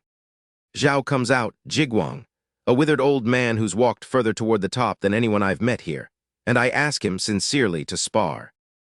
Then I use him as a heavy bag for every Buddhist technique I learned in the box. Dragon claws, Vajra palms, Arhat fists, dozens of them, one after another, at maybe 20% of my strength, and even at 20% I have to be careful not to kill him by accident. Zhao hands over the scripture, and better, he teaches me his real secret, a dry Zen method for slowly transforming the body itself, which is the first real hint anyone's given me about the road above. Because I've finally learned what above innate even is. It's not a bigger technique. It's your body crossing into something new. And the demon cult leader's blood sacrifice trick is just a shortcut around a door I intend to walk through the front of. Meanwhile, I go a step further and build my own art from scratch. The life creation technique, an internal skill that regenerates your Kai faster than any fight can drain it. I develop it the modern way. I turn the Alliance's captured masters into a research lab and run them like an R&D department, complete with a last-place elimination system that I later flip into a troll version just to see them hustle. Life after life, I push the thing up level by level, and it works. My Kai comes back faster than anyone can take it away, which is going to matter very soon, because there's a shadow over all of it. Every time I break through in the box, a countdown starts, 5 years, and at the end of it a terrifying giant hand reaches down from somewhere impossibly far away and erases me in one blow. It comes from a place called the Great Kin, the same place the cult leader came from, the same place the dead high monk came from, a world where the air is thick with power and men like that giant hand are just citizens, and there's a group already hunting me for it. The Tianji Pavilion in the neighboring kingdom of Long, sitting on a mountaintop above even their own throne, running the same errand for 1,000 years, find the demon star their first ancestor foretold. An anomaly who will rewrite the world and incidentally burn their pavilion down. They've divined 700 great grandmasters looking for him and never found a match. They haven't checked me yet, but I've got a Dragon King duel to win first. And a whole kingdom watching to see if the boy who cleaved a river was a fluke. Let's find out together. Tianshui Lake, the appointed day. Tens of thousands of fighters ring the shore, and in the one tower on the hill on the top floor, the great grandmasters of the kingdom sit around a single table. The divine blade ancestor is there, the old man whose sword style I stole and improved, and who's grateful to me for killing Guo Wuji and who has come personally to try to save my life. The floating light sword master, 2 royal great grandmasters, an old prince and a legendary swordswoman, and the old monk Jigwang sitting with his eyes shut, quietly chanting the mantra for the dead. They spend the wait discussing how badly I'm about to die. The divine blade ancestor even produces the invitation he sent me, the one he hoped would let him thank me and warn me. Zhao unfolds it for the table. It says, in delicate handwriting, "I'm busy, I'm not going." 4 words, a great grandmaster's reply to a great grandmaster. That's not a man's handwriting, the swordswoman notes. The ancestor grinds his teeth. It isn't. My elder didn't even get to see him. One of his maids wrote it, in front of the elder. The table goes quiet in a way that means every one of them would have killed me for it.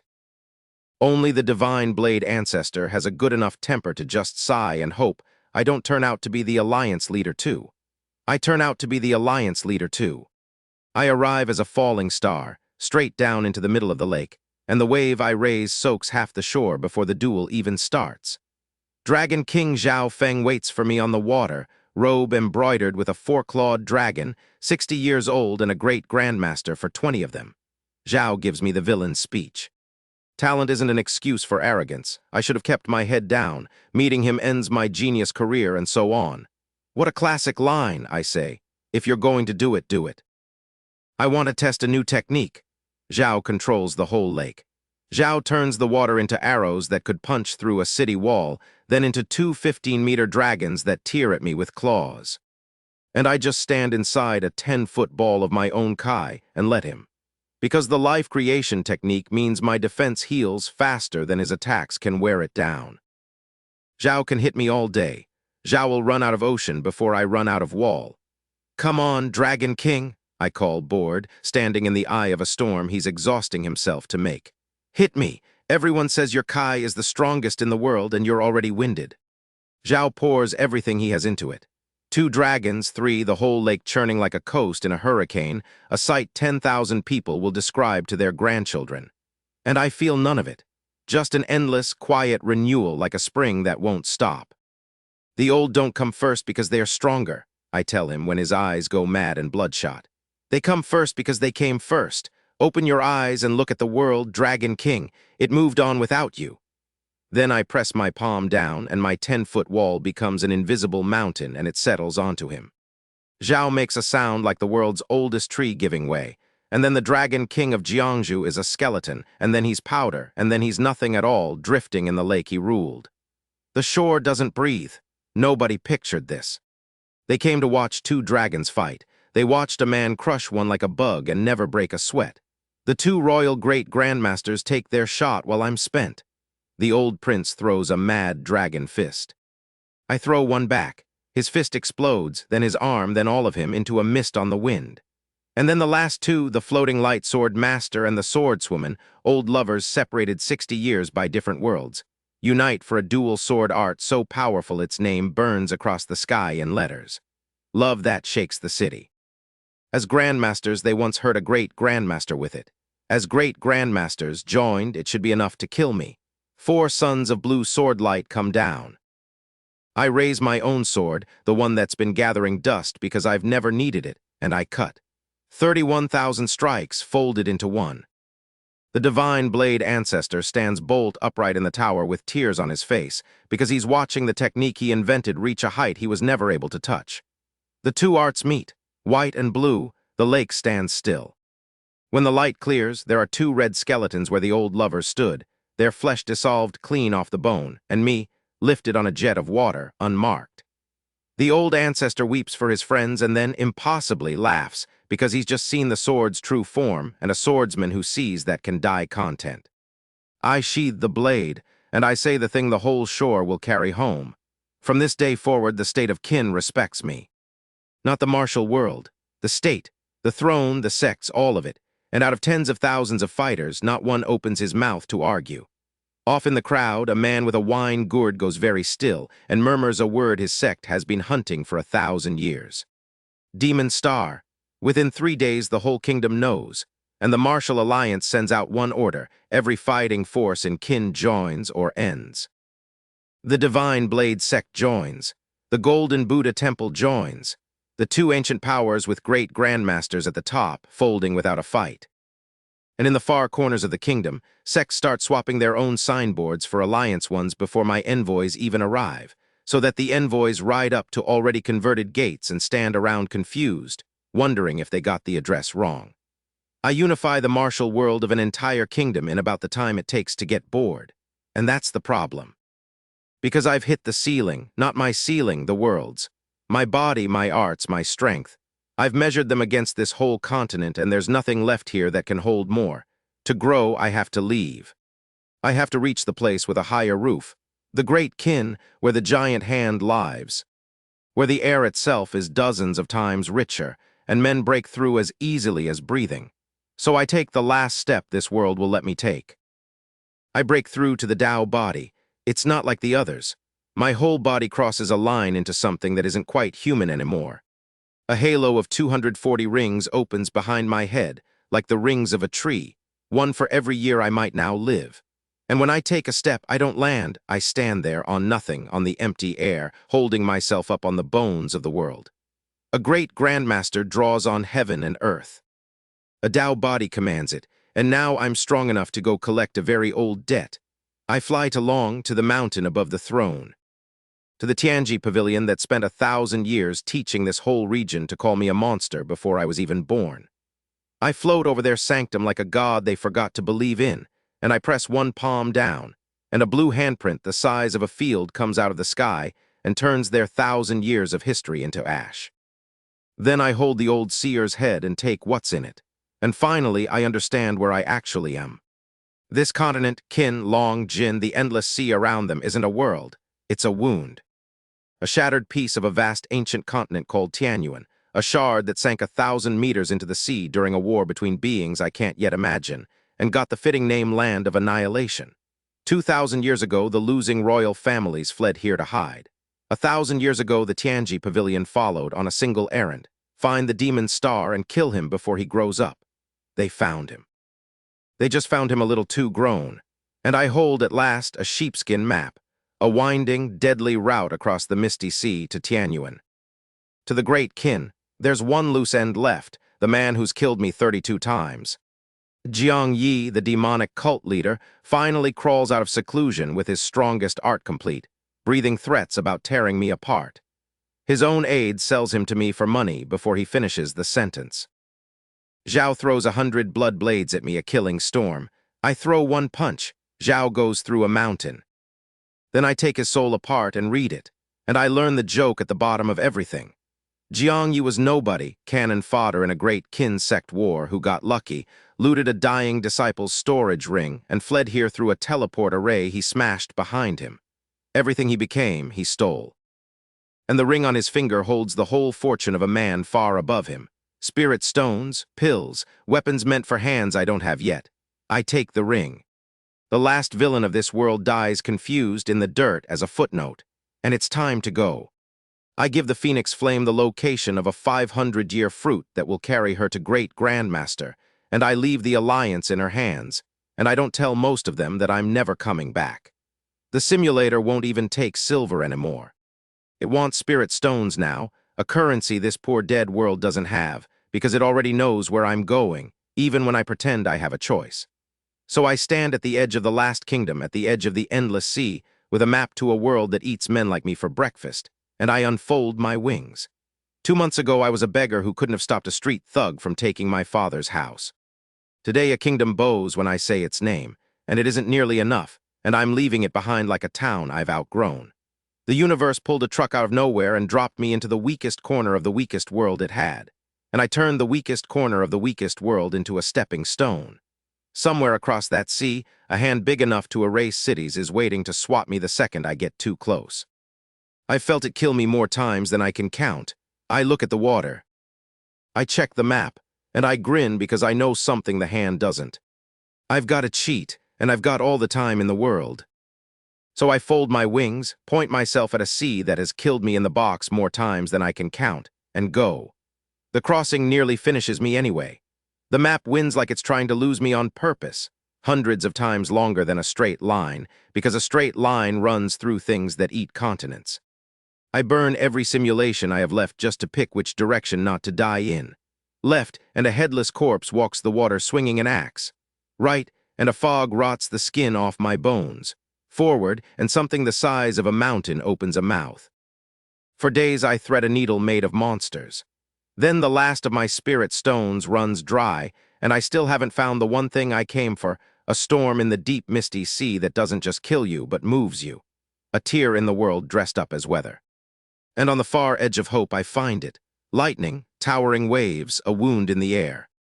Something blurry drifts at me out of my blind spot as I close in, and the dead monk's prayer beads leap out of my coat on their own, blaze up with 6 golden words of a language older than this whole sea, and hold the shadow off just long enough. I dive into the eye of the storm. The world turns inside out, my organs tear, my bones scream. And then it's over, and I open my eyes on blue sky and clean water and air so thick with power it's like breathing something solid. I made it, the great kin. Where I am, once again, a nobody. The teleport did me dirty on the way through. I look fine on the outside, but inside my organs are riddled with holes, torn by the raw space I punched through. First thing here, and I need a doctor. Some things never change. I fly toward the far coast, and a voice calls up from the sea below me. Young brother, come down and do me a small favor, I'll reward you well. Another voice cuts in. Don't listen to him, help me, and everything I own is yours. 2 men on a raft of wreckage, one in yellow and one in black, both soaked in blood, both breathing like it costs them. Corpses floating all around. A great fight just finished and both survivors down to their last breath. I know this scene. I ran it in the box on the way in. Both of them are faking it, waiting for a greedy fool to tip the balance so the dying one can spring up and gut him. So I memorize their faces and I keep flying, and I leave them there arguing over who gets to murder me. Behind me, I feel them both being genuinely offended. Whatever happened to basic trust between strangers? On the coast, I trade a little silver for the local coins and walk into a seaside town, and the size of everything hits me. The city guards, The lowest, most bottom-rung soldiers on the wall are all innate, every one of them. Back home, an innate master was a legend. A city trembled at 3 of them. Here they hand innates a spear and a helmet and tell them to check ID at the gate.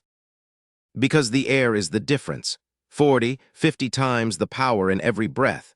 Ordinary farmers here are stronger than martial artists back home. My whole life's work, my river cleaving, my 4 great grandmaster afternoon, here it makes me a promising regional talent. Upper middle, on a good day. Which, honestly, I find kind of thrilling. There's finally a ceiling high enough to be worth hitting my head on. I need a bigger city to heal in, and I need to move quietly, so when a young merchant's son named Zio Ren invites me to ride along with his caravan to a place called Jinling City, I say yes. Zio Ren turns out to be the best kind of friend, rich, generous, not too bright about it. Zhao's 18 and not even a grandmaster, and he watches me casually break through 2 whole realms in the time it takes to relieve myself behind a tree, and every time he just gets more starry-eyed and lends me more spirit stones. Brother Chen, he sighs on day 3, everyone out here breaks through like it's nothing. Why is it so hard for me? Brother Jiang, I tell him gently, your family has all the resources in the world. What you're missing is effort. Pour everything into it and you'll go far. Zhao gives me a look that says he's tried effort, and effort has never once returned his calls. But he lends me 10 more spirit stones anyway. I use them the only way I know how. I feed the box and I grind quietly behind that tree, breaking realm after realm, while Zio Ren tells the caravan how lucky he is to keep running into breakthroughs. Then Jinling City comes over the horizon and I shut up. The walls are 50 meters high, dark gray stone, carved with formations in the foundation, designed and built by a grandmaster of architecture. Zio Ren tells me proudly that even a supreme Tao body master couldn't punch through them. And looking at that wall lying across the world like a sleeping monster, I believe him. This is a place that takes itself seriously. I like it here already. Zio Ren, bless him, uses his own ID to rent me a quiet house because I lost mine crossing an ocean and can't exactly explain that to a clerk.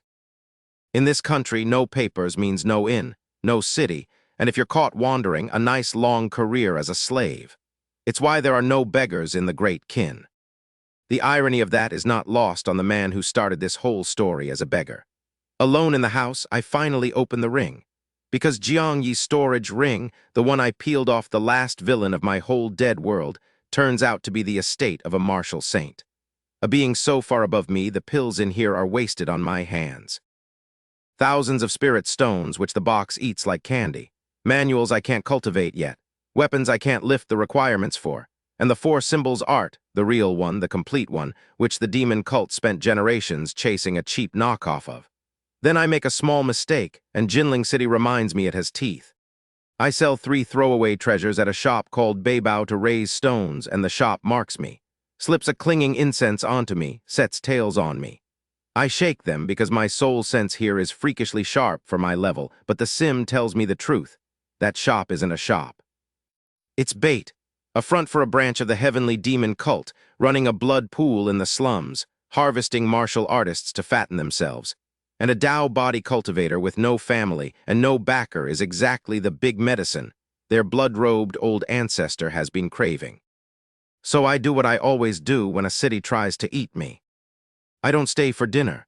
The sim makes it very clear, sleep in that house tonight, and dark red blood boils up out of the floor and takes me. So I walk out the south gate that same evening, and I keep the city at my back, and I let the blood-robed old ancestor hunt an empty house. And out on the road, grinding again, I learn the 2 rules of this new world. 1, leaving on time keeps you alive. 2, out here I'm not a genius. Back home, I was 1 in a million. Here, thanks to a lifetime of vermilion fruit and marrow cleansing, I'm a decent 1 in 1,000. Talented. Common, the kind of prodigy sex fight over on Tuesday and forget by Friday. That should sting. It doesn't. Because I've got a cheat and infinite lifetimes, and common talent, patient method, is exactly the hand I've won every single game with so far. The box hands me one more thing on that road, a hook I can't put down. The Star Net Sect.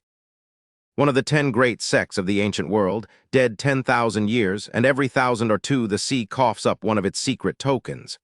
Gather 9, and the sect's inheritance, a whole sealed realm of ancient legacy, opens itself. 8 have surfaced across 10,000 years. And in about half a month, the 9th appears, right up until a cornered martial saint named Liu Shanyu decides that if he can't have it, nobody can, and hurls it into the void between worlds where it'll never be seen again, unless someone reaches it first. The catch: to even enter that legacy, you have to be under 20 and at least Dao realm. I'm 17. I qualify barely for a door that's about to slam shut forever. So I set myself a small, reasonable goal. Break into the martial saint realm in 10 days in a world where I'm a nobody. I've done more with less. Let's grind. 10 days, it turns out, is 9.5 too many. The martial saint realm has a nasty entry fee. You have to melt every kind of kai in your body into pure magical power. Most people have one kind. I have 9. There is no version of this where I convert all 9. So I do what I always do. I steal the answer from a dead man. Jiangyi's own soul left me a trick for compressing spare energies into a sealed pill, and I use it to lock away 8 of my 9, leaving only the phoenix flame fire to transform. And the fire crosses over, martial saint. On Earth, in one day, I should thank the blood cult honestly. If that shop hadn't marked me for the slaughterhouse and made me feel weak, I'd never have panicked hard enough to climb this fast. Fear is a wonderful coach. But being a martial saint is just the door. To actually fight like one, you have to condense a Dharma image, a giant manifestation of your art made of magical power. And they come in 3 grades. Man, earth, heaven. Most saints settle for a low one because the high ones are almost impossible to build. I'm not most saints.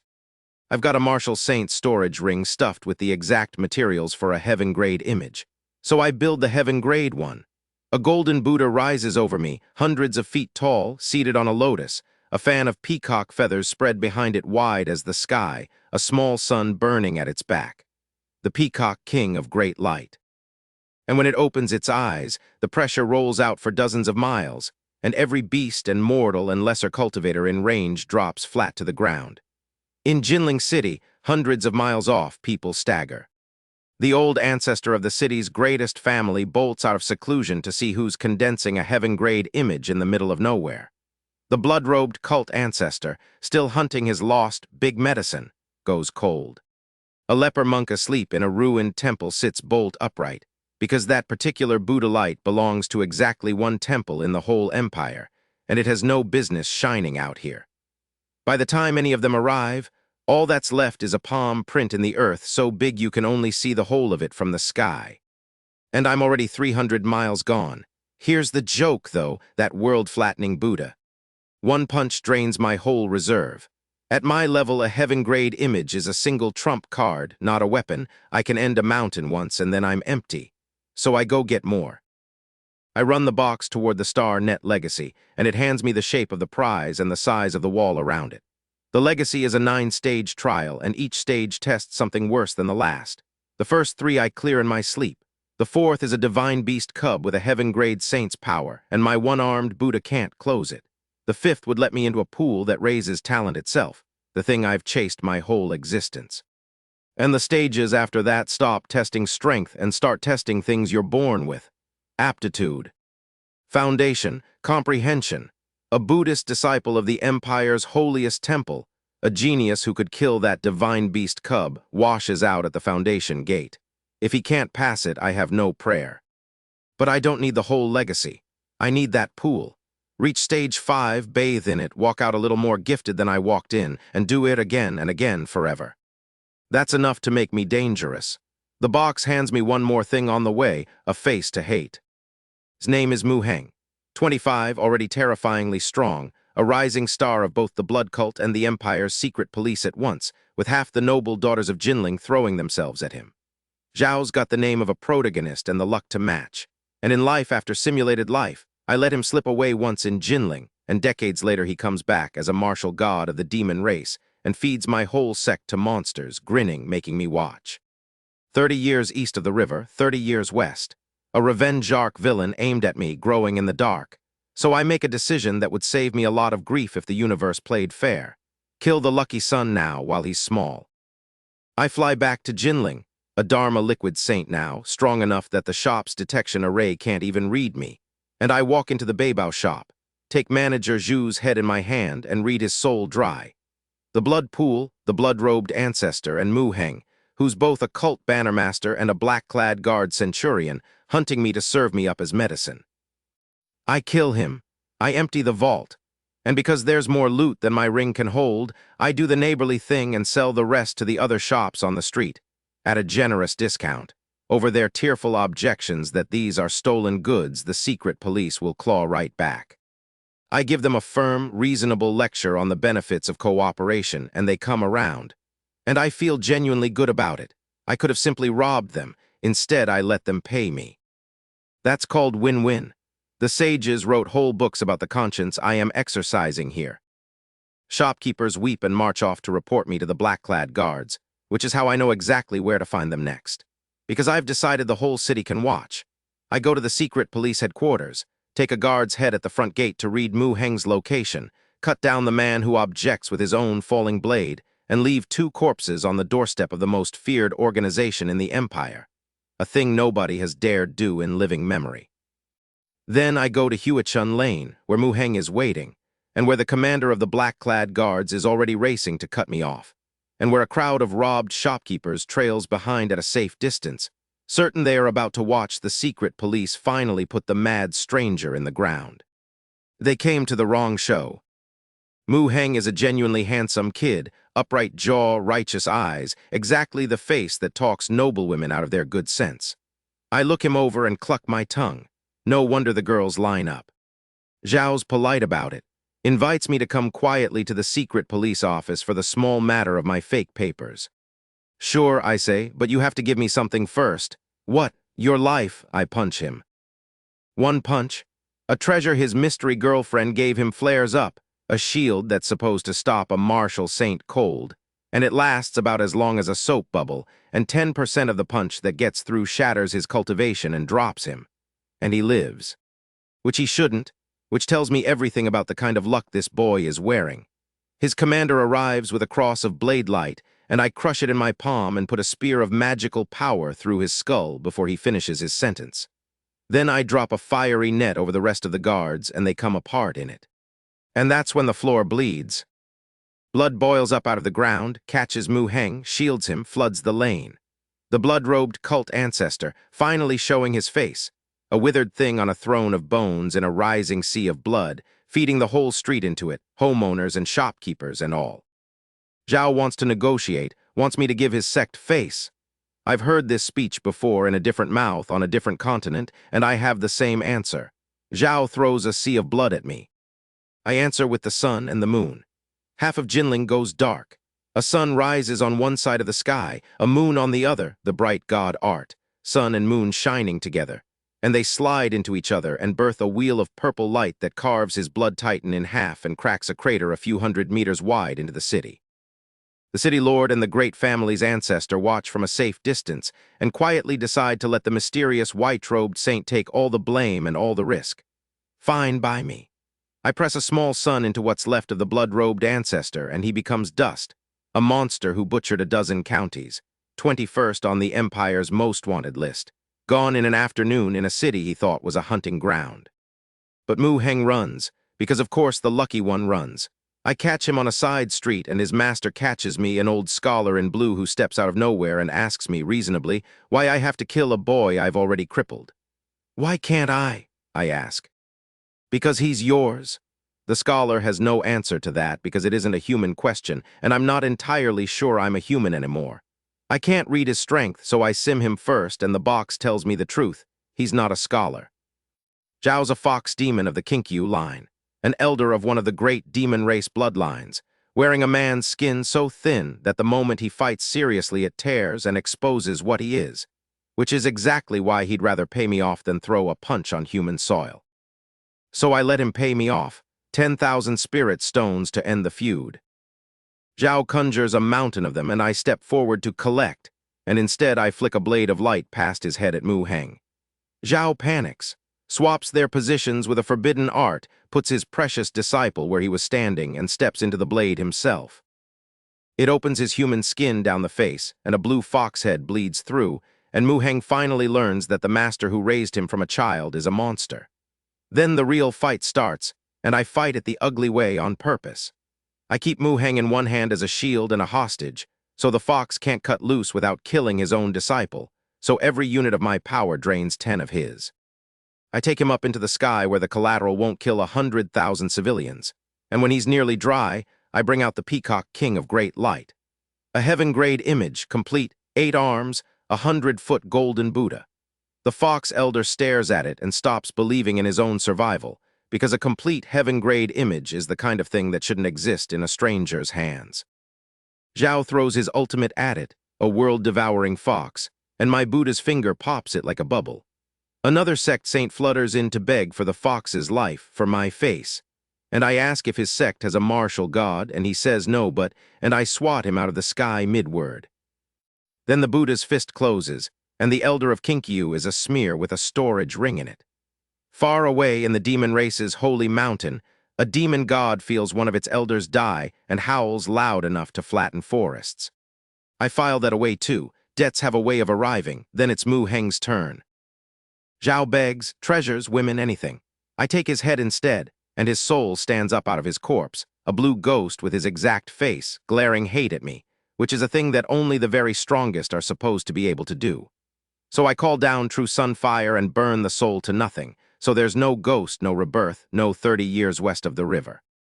Just gone, and in the ashes there's a red jade pendant that the sunfire couldn't touch.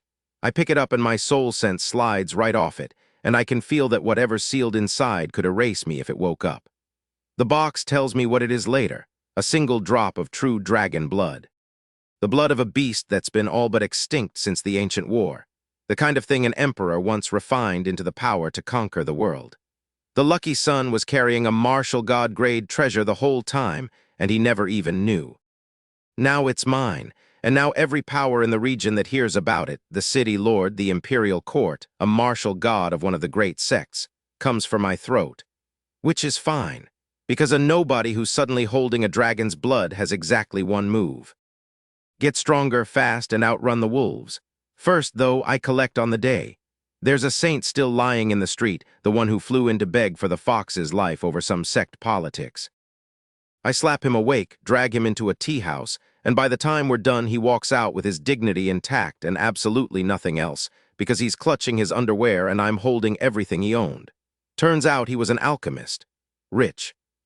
I'll learn alchemy someday. It's a crime to let all these books gather dust. Then I rob the Fox Elder's ring, the blood cult ancestor's ring, and with the city lord's own soldiers, I tear out the demon cult's entire Jinling branch in an afternoon. 4 million spirit stones, give or take, enough to make even me briefly feel wealthy. The city lord's deputy catches up wanting to split the take. 70-30, he says, generously. His floor, his men, his connections. Hold out your hand, I tell him. Zhao does, delighted. I pluck a feather off a passing chicken and lay it in his palm. This is one of my gains today, too, I explain. I'll share it with your city lord. And I walk off humming because my spirit stones are my lifeblood, and a man does not share his lifeblood with a city official over a technicality. That night I check into an inn with a blank sheet of paper for ID. My soul is strong enough now to make the clerk see whatever I want him to see, and I run the box until the truth of Jinling shakes loose. The city lord's flawless concubine, Tao King, is a 9-tailed fox of the demon royal line. She's the one who's been trying to charm me since I killed her kin, and in life after life she gets me. I go moon-eyed, hand over my fortune, and wake up next to the city lord's corpse holding the blame. So I sim the counter, cultivate a bone visualization art that turns every beauty into a painted skeleton in my eyes, and walk into the next day immune. The banquet is in my honor. The whole city's there, my old friend Zio Ren starstruck at the head table, a foul-mouthed leper monk gnawing a pig's trotter beside me. And in glides Tao King, a face out of a painting, and she raises a cup of wine to the hero of Jinling, and every man in the room would trade his soul to be me. I take her wrist instead of the cup. What right does a fox demon have to speak for the people of men? The city lord goes cold, insists he'd know if his own concubine were a demon, and I slap the teeth out of his head, because the man served me a fox to charm me, and consorting with demons is a crime that ends careers. And then I peel the beautiful skin off her face, and there's a fox under it, snarling. The whole banquet was braced to watch the city lord fight me. Nobody was braced for this. She's stronger than her elder was, a nine-tailed fox with a heaven-grade image of her own, fox royalty, sent into human lands for reasons that keep circling back to the lucky boy I burned to ash. Her tail swats the leper monk out of the sky. Her nine-tailed fox rises up over the hall, and I've spent the box's lessons well. The Star Net legacy finally paid off the one thing I've chased since my dead world. I reached its 5th trial, bathed in a pool that raises talent itself, and walked out several times more gifted than I walked in. My magical powers condensed into a core now. I can trade blows with a martial god for a few breaths, which for a man who used to die to a fox claw in one swipe is basically immortality. The fox royal declares she'll teach me a lesson I'll never forget. She has the order backwards. She spits out an ancestral demon core and fuses it into her nine-tailed image, and a sea of blood evil swallows the banquet, and everyone watching decides I'm finished. Then a 200-foot azure dragon comes down out of the clouds, my second heaven-grade image, condensed from 2 drops of true dragon blood, the gift Muheng never knew he was carrying, and one claw takes the nine-tailed fox apart like it was made of paper. Then I read her soul, and I finally understand the whole board. Muheng wasn't a lucky boy. Muheng was a fox clan martial god, reincarnated into human skin, planted here by the white fox demon god to steal the dying empire's fortune out from under the humans. The dragon blood, the charmed girlfriends, the demon god's rage, all of it was scaffolding around one reborn god-to-be. And I burned him to ash. No wonder the demon god Gu Shen wants me dead more than he wants to breathe. I didn't cripple a centurion. I murdered his heir, his succession, his whole plan for 1,000 years. The white fox's soul print lunges at me through her memories, strong enough to end me, and my bone visualization holds just long enough to tear it off. The concubine dies. The city lord dies in the crossfire, the coward, exactly where I didn't want him. I pull my friend Zio Ren's father out of the rubble alive, and his scheming uncle out a little less alive, and then I leave, and the story of the no-name saint who killed a cult master and 2 fox saints in 2 days goes out across a dozen counties like a grass fire. Then I do the only thing that matters. I go somewhere quiet, and I chase the thing that's killed me 100 times. The martial god realm, lightning tribulation. The line almost nobody crosses, 3 billion people in this empire, and fewer than 20 gods, half of them reborn cheats. I die 18 more times reaching for it. But I stack the pieces. The azure dragon drinks 20 drops of dragon blood and grows strong enough to trade 10 blows with a god. The Star Net pool raises my talent tenfold across 19 dips. I collect soul arts wherever the box points, and then I find the real key in the last place I'd look, a rebel. His name is Qin Qiang, the Celestial Master, a preacher who will one day survive 6 lightning tribulations and nearly topple the empire, wielding the inherited soul scriptures of a legend who almost did it 1,000 years before. I hide my strength, join his sect as his 6th disciple. The burly senior brothers affectionately call me Little Sister, which I choose not to examine, and I ride the box until Qin Qiang, for reasons of his own, hands me the complete Immortal mantra. The Soul Tao, the one rode through the lightning. I cultivate it. I drink starlight into my soul night and day until it's 9 times too strong to die, and then I walk up into a thundercloud and let it kill me. It shatters my soul 3 times, and each time the lightning rebuilds it heavier, denser, until I stop being a man with a strong spirit and become a god with a small one. Lightning tribulation martial god. My thought unrolls for 500 miles. I can read a soul from across a valley, kill with a stray idea, lift a stone with a thought. And the first thing I do with it is bait the demon god Gu Shen into human land and close the trap, and cut him down after all his 1,000 years of scheming. The murderer behind Blackwater's masters, the hand behind Muheng, gone in a few dozen moves. The box even shows me the price of it. Kill a god, and the demon race calls it a treaty violation and drags me to an arena to die to one of theirs. I file that away. I'll deal with the arena when it's real. Because the box is only rehearsal. The real breakthrough comes to me in a misty valley, and the heavens notice, and the real lightning tribulation rolls in to test whether I've earned what I stole from a simulation. I go up to meet it. I spread my arms, and I pull a 1,000-foot blade of raw world energy out of the sky, and I split the thundercloud clean in half. Miles away, an old sword sect elder stares at a sky torn in 2 and knows a god is being born. Beside him, a certain alchemist I once left in his underwear feels a familiar aura and refuses furiously to believe it could possibly be me. It's me, the beggar who couldn't stop a street thug is standing in the clouds, cutting the sky, becoming a god. And it still isn't enough. Being a god here just means the fights get bigger. 6 days later, I'm at Sheayang Mountain, where a cornered master is about to blow up a storage ring rather than hand over a star net token. Same scene the box showed me, different day. I press the whole mountain flat with my presence, take the token off his hand as he dies, and then a real god drops out of the sky to argue about it. Luo Wu, Third Lightning Tribulation. 700 years old. An ancestor of one of the great clans, carrying a world-destroying millstone his family forged over 2,000 years. A Tao weapon that lets a 3 tribulation god hit like a 4. Zhao's very polite until he decides I'm a fresh nobody worth harvesting into a soul crystal. Then he brings down a mountain-sized millstone of pure annihilation, and everyone watching writes my obituary.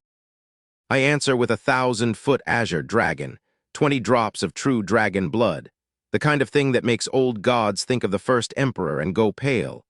And while it wrestles his millstone, he slides a soul attack into my mind, expecting to find a defenseless spirit. Zhao finds an old man riding a blue ox backward, perfectly serene, who turns into a fish and then a leviathan and shreds his soul chains. A technique out of a legend's Immortal scriptures. The real thing, and Luo Wu's greed catches fire because now he wants what's in my head more than he wants me dead. So he burns his own soul power for a 10-fold surge and grinds my dragon to dust. And I smile, because I was never fighting with the dragon. I bring up the Peacock King and open all 8 arms, and out of them fall 40 blades of the great 5 elements, the sword formation that once let me repel a demon god from below his level, and they close around Luo Wu and his precious millstone like a fist made of mountains. Zhao offers me the world to let him go. I let him think I have, open a gap, let his soul creep out, and then close it and grind him to soul dust anyway because we're enemies now and all's fair. I keep the millstone, I keep the soul crystals, and a first tribulation god has just killed a third tribulation god in front of half the empire's powers. The shockwave goes everywhere. A 1,000-foot dragon means true dragon remains, which means the next first emperor, which means every great clan and the imperial court and the Tianji pavilion all agree on one thing. The demon star has surfaced, and he has to die before he grows any teeth.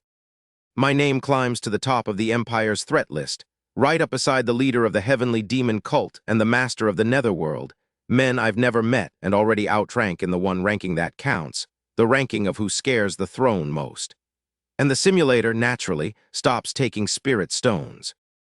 It wants soul crystals now, the crystallized souls of dead gods, which means going forward my grind is other gods. Good thing I've started collecting them. The box points me at the biggest prize on the board, the inheritance of Jiang Lei, the legend who survived 8 tribulations and nearly toppled the empire 1,000 years ago. His scriptures, his soul arts, and a hoard of 130 soul crystals, tucked into the ruins of a dead ancient sect inside a hidden pocket world. I find it, I feed the crystals into my soul, and I climb second lightning tribulation, and my spirit crosses from a small thing into something that outweighs gods twice my rank. I use the real tribulation to do chores, too. I hang the world-destroying millstone in the lightning and let heaven's fire scrub away the dead Tao clan's locks on it, until the weapon that killed empires answers to me. And when a nearby sect's elders gather to gossip about my business, I drop a scrap of thundercloud precisely onto their courtyard and give them all matching haircuts. A god should have hobbies. Then I go save a little girl. Her name is Mei Yu. In the box, she was a bit player, a junior sister at a sect, an ally I half noticed. In the real world, she's 11 years old, kneeling in the mud in the rain, her whole clan slaughtered by the myriad manifestations sect over a heirloom turtle shell, her aunt exploding herself to buy the child 10 more seconds of running. A grand elder, a 3 tribulation god, is bringing a mountain of rain down to finish the last Zio alive. I come down as a rock that blots out the sun and take his chest off with one claw. I take the turtle shell, a Chuanwu relic, precious to me because I can build a whole Dharma image from it. And I take the Grand Elder's soul, and here the day turns into a soap opera because the sect master who flies in to save him, Bai Tian, turns out to be the man's reincarnated son. a five-tribulation god who spent lifetimes being lorded over by his own reborn father. Zhao negotiates for the old man's release, and when I keep the soul anyway, he doesn't chase me. Zhao just quietly hands me a bottle that speeds soul-refining tenfold and lets me walk off with his father screaming inside it. Some debts a son is glad to see collected by a stranger. I keep the girl too. Not as a prize, as a ward. She's got nothing and no one and a talent worth more than the sect that murdered her family, and I've been the kid in the mud with nobody, so I put a hand on her head and take her with me and give her a road, the same way a rusty hatchet once gave me one. She'll walk it herself. That's the deal I make with all of them. Behind me, the great powers finish connecting the dots. A boy who gains 3 tribulations worth of strength from one. A 1,000-foot dragon. A dead legend's sword formation. They stop calling it coincidence and start calling it by its name. The demon star has come out of the wastelands, and the whole civilized world agrees he has to be put down before he becomes the next man to conquer it. They're going to need a lot more than they think. They try anyway. The Empire and the Tianji Pavilion stop being subtle. They round up my nominal disciples, my old sect, my friend Zio Ren's family, and execute them in public squares to flush me out. So I go to the imperial city and assassinate the emperor in his bed. His hidden defenders spring an ancestral formation on me, and I blow a hole in it with the world-destroying millstone and walk out, and the message lands. The demon star does not come when you pull his strings. Zhao comes when you make him angry. Then I climb again. Third lightning tribulation, my soul crosses from a thing that hides from lightning into a thing that eats it, a golden leviathan swallowing the sky's fire like a feast. I'm a match for God's 6 tribulations deep now. And the box points me at a hidden pocket world called the Bodhi Cave, a shard of an ancient sect the size of a few provinces, where humanity has been penned and farmed by the demon race for 10,000 years, and where the last of Jiang lays soul crystal hoard waits in a ruin nobody dares approach. I take my ward Mei Yu and I go. I arrive to find humanity's high priest about to feed 1 million of her own people into a holy halberd, a last desperate prayer against a demon race that's about to overrun them. She's chanting the sacrifice with her eyes shut. I just reach out and take the halberd. 1,000-foot holy weapon nobodies moved in 1,000 years, shrunk to a toy in my hand. The Thunderfire heaven-shaking halberd, an unclaimed high-grade Dao weapon mine now. And right on cue, the demon race's brand new god, the Golden Eagle King, comes down with his horde to eat the humans he thinks are already dead. "Excuse me," I ask him pleasantly. "Are you clowns hired by the monkeys?" Zhao doesn't get the joke. I raise the halberd, and a single stroke of light comes down that annihilates his entire war host and leaves him a smear I keep a piece of because I've never tasted demon god, and a man should try new things. His soul goes into my bottle to become a crystal. His innate soul art, a technique that banishes things into the void between spaces, goes into my collection. And humanity's high priest and her survivors kneel to me in the ruins of their last stand, because the first god they've seen in 3 centuries just saved their entire species before lunch. I don't linger on the gratitude. There's a horde of a dead legend's soul crystals waiting in a haunted ruin at the edge of this world. Except when we get to the gate, my ward tucks herself behind me and says very quietly that there's something inside. Something evil, something whose aura is stronger than mine. She's 11, and she can feel across a ruin what my god's eye can barely taste. And she's right. Something in there is bigger than a god, and I'm about to go knock on its door. Not the front door. I skirt the edge where the box says the prize is, and I leave the red-haired thing sleeping in the core. I find Jiang Lei himself, a 1,000-year skeleton in a Taoist robe, a storage ring on one finger, a bloody cloth in the other hand. The ring holds the whole taping essentials, 3 volumes plus 132 soul crystals. And the cloth holds his last words, written in blood gone black with age. I hate that heaven and earth are flawed. I hate the injustice of the divine court. The divine court. A name that a 700-year-old clan ancestor never heard, that a twice-reborn grand elder never heard, that even the man who nearly toppled an empire could only curse with his dying blood. Something sits above all of this, above emperors, above gods, above the whole board, and Jiang Lei touched it and it killed him for it. I bury the old rebel, take his inheritance, and file the name away where I keep the things I intend to reach.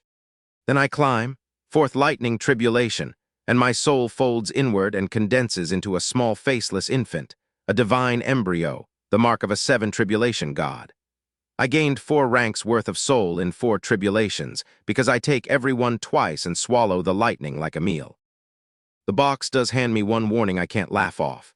In the sim, the divine embryo's aura wakes the red-haired monster early, and even after a 3-day war I kill it and it curses me with its last breath. A red seed that ages me 100 times too fast, sprouts red hair, eats my mind until I'm the monster instead. So I don't fight it awake yet. I bank the lesson and step around it. And out in the world, the escalation gets funny in a way.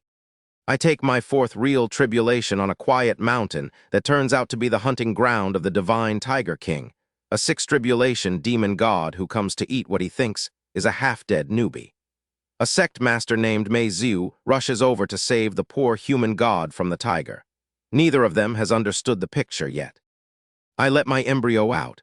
The tiger reads it in 1 heartbeat 7 tribulation aura, a trap dressed as prey, and runs. I close my fist and he bursts, mountain-sized bones to dust, dozens of soul fragments scattering, all of them scooped into my bottle to become crystals. The sect master bows to the faceless giant who just killed her people's oldest enemy.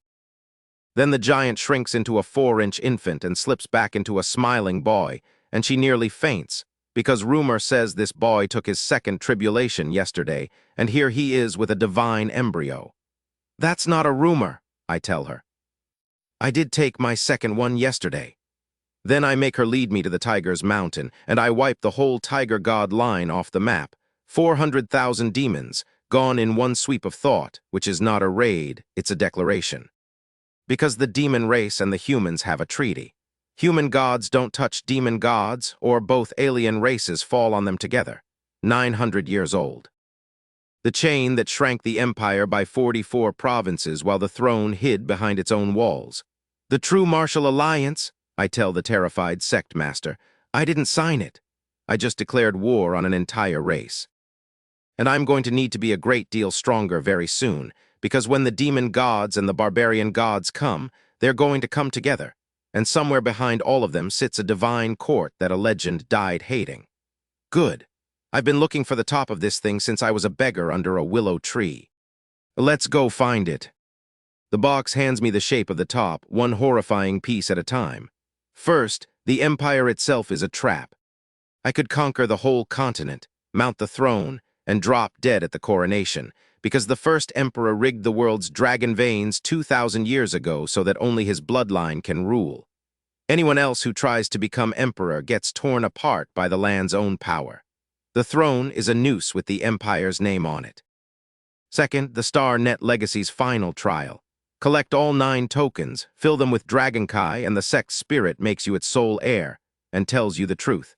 10,000 years ago, the ancient war wasn't over resources. It was an invasion by a demon race from beyond this world. It nearly killed everything, and it wounded Heavenly Tao itself so badly that the world's own will went to sleep. But before it slept, Heavenly Tao chose 12 of the strongest survivors, handed them a fraction of its authority, and set them to run the world in its place. 12 administrators. The strongest calls himself the God Emperor. Together they call themselves the Divine Court. The thunder being that kills me in the sim the instant I try to grow past a certain point. That's one of them, the Thunder Divine Lord enforcing the rules on anyone who climbs too high. So that's the top. That's what Jiang Lei died hating. Gods above gods running the world like caretakers who have decided the tenants have gotten too strong. And there's a catch on the catch. The legacy's spirit isn't a mentor, it's a parasite. The successor it wants is a body to wear. It tells me everything, congratulates me, and then tries to eat me. Fine, noted. I'll take the knowledge and skip the possession. The real work, meanwhile, is soul crystals, and soul crystals mean gods, so I stop being gentle. I go into the demon race and the barbarian lands, and I hunt their gods like the box taught the tigers to hunt me. 4 barbarian gods in a single day. 6 more when they gather to fight back. Gu Shen, the white fox demon god, the hand behind Mu Heng, the hand behind my father's killers all those tears ago. I run him down at his own mountain with the world-destroying millstone and grind his whole bloodline off the map. And I read his soul, and I finally learn the punchline. Mu Heng wasn't some ancestor reborn. Mu Heng was a splinter of Gu Shen's own soul, a plan to steal a human empire from the inside.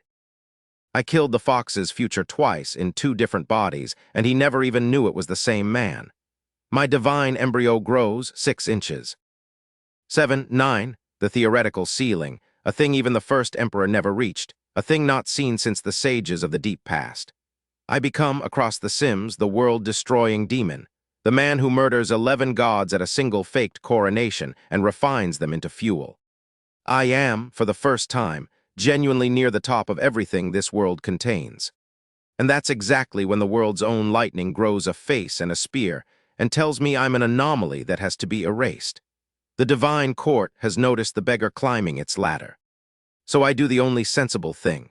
I go find a hole they can't see into, a hidden demon world sealed behind 27 formations that would give a 9 times god a migraine, and I walk one of my captured god souls up to the gate wearing its old master's face, and I have it detonate on the formation's heart from the inside. The whole ancient lock falls apart like a strong man mid-seizure. The door to the demon world is open, and I'm going to use it to grow strong enough to walk back out and knock on heaven's door. Inside, the demon world's guardian, a black-scaled demon dragon king, 6 tribulations deep, strong enough to arm-wrestle Tao weapons, comes down thinking his body can win. My divine embryo punches him nearly to death in 1 blow because a divine embryo isn't a ghost anymore. It's a fist that happens to be made of soul.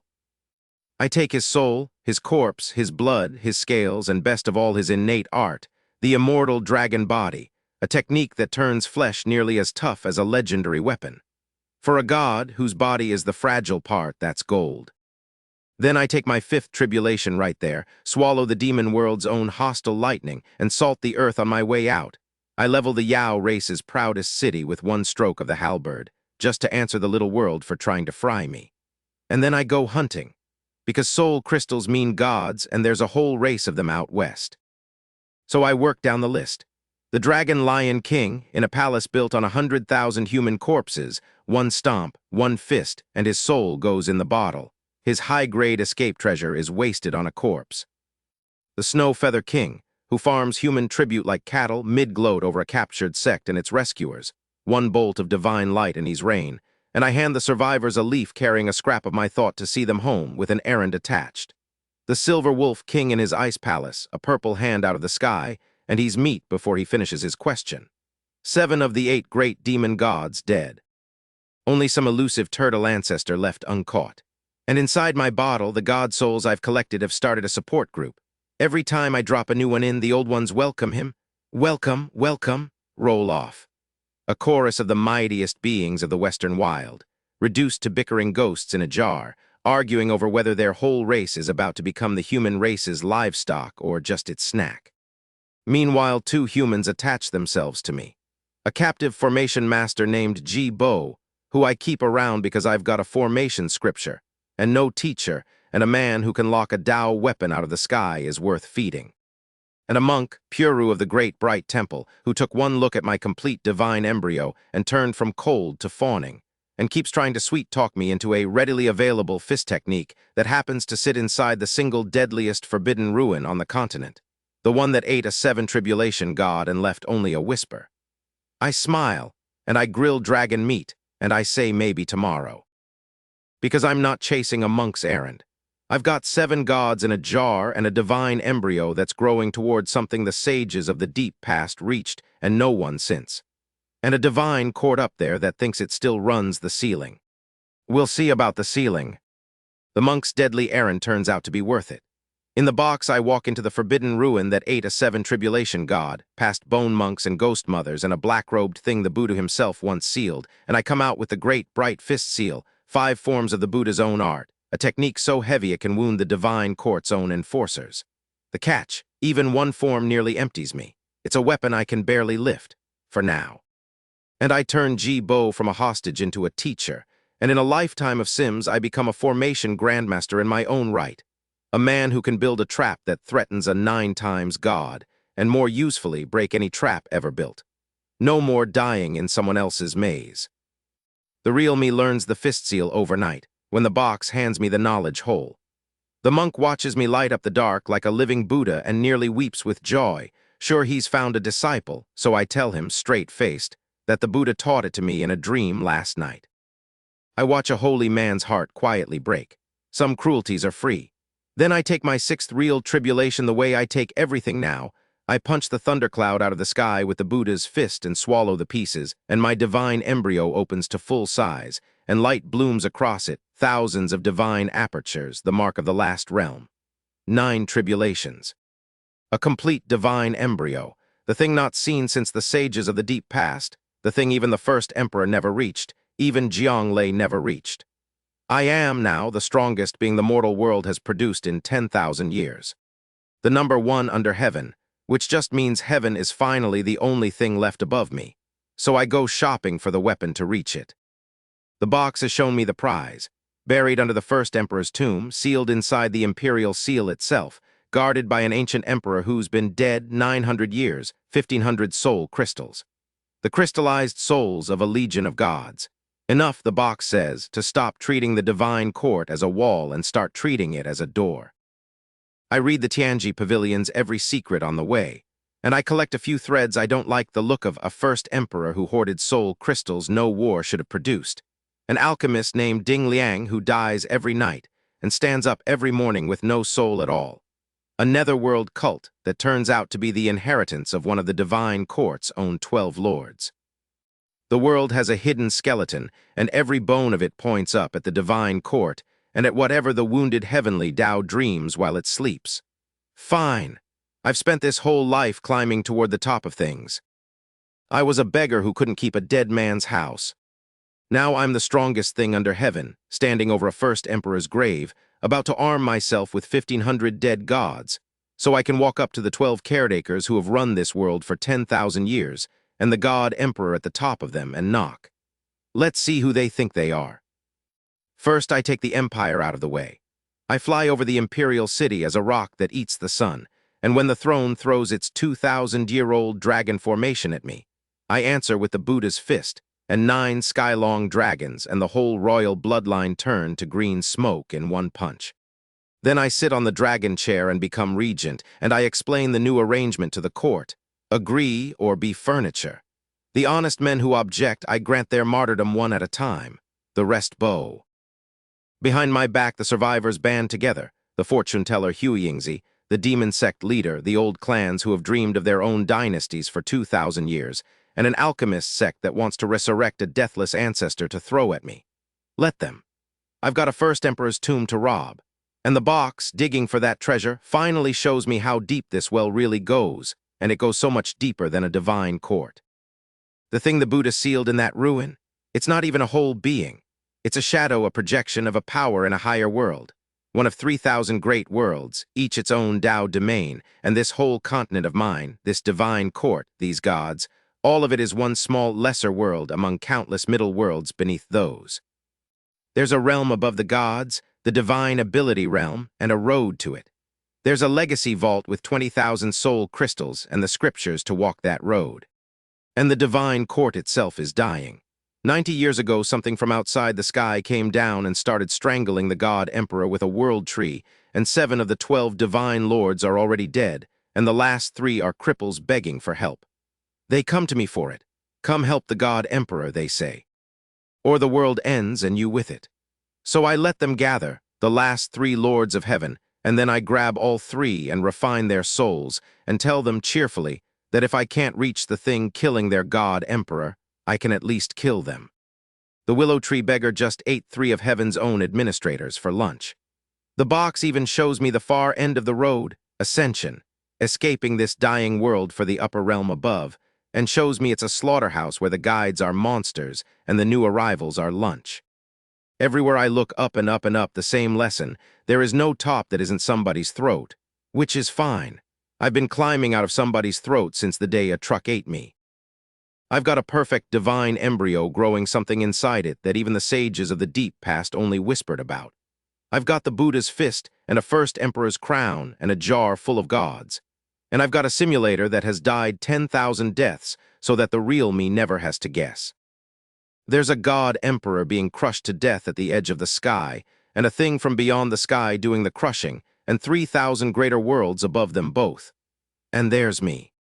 A beggar who couldn't stop one street thug, standing at the top of a dying world, looking up at heaven the way I once looked up at a man collecting tribute, and deciding, the same way I decided then, that whatever's up there is going to have to get in line. Ask me again in a few years who ends up on top. I've never once bet against the guy with the cheat and all the time in the world. And I'm just getting started. The Alliance thinks it has an answer. They gather in a hidden pocket world to resurrect their deathless ancestor, the alchemist Ding Liang, the man who fed a first emperor immortality until it became poison. What they don't know is that reviving him is a doorbell. The moment his soul stirs, something withered and patient at the edge of the sky, something that failed to force its way into this world 2,000 years ago, feels the door crack open and starts pouring itself through. I walk into their ritual, stand in front of a dozen gods who don't recognize me, and let them throw everything they own. A peerless sword, a dragon-trapping formation, a sealed heaven bolt, a fortune curse. And then I open my hand and the Buddha's light turns all of it, the weapons, the formation, the gods, and their freshly woken ancestor, to dust in a single breath. The sword god tries to gut my body on his way out, certain a human's flesh can't survive a peerless blade. My flesh is harder than his blade now. Zhao goes in the jar with the rest, and then heaven itself answers. Not lightning, the lightning I've long since started eating. This is the tribulation of destruction, the 10th, the one that only comes for an anomaly big enough to frighten heavenly Tao itself, the one that came for Laozi and the Buddha 5,000 years ago. And it comes with an escort, the Thunder Lord and the most feared of the 12, the Lord of Heaven's mandate, dropping out of the sky to murder the anomaly personally. I stand in a sea of world-ending thunder, ignore it completely, and calmly sort soul crystals, because the box has already shown me the far shore, and it is farther than I ever guessed. Above the gods, there's the divine ability realm. Above this whole world, there are 3,000 greater worlds. And in the sim, when I finally conceive my soul treasure and my strength climbs to match the God Emperor's own, I kill 7 of his lords in one move. I fight the God Emperor of the mortal sky to a standstill.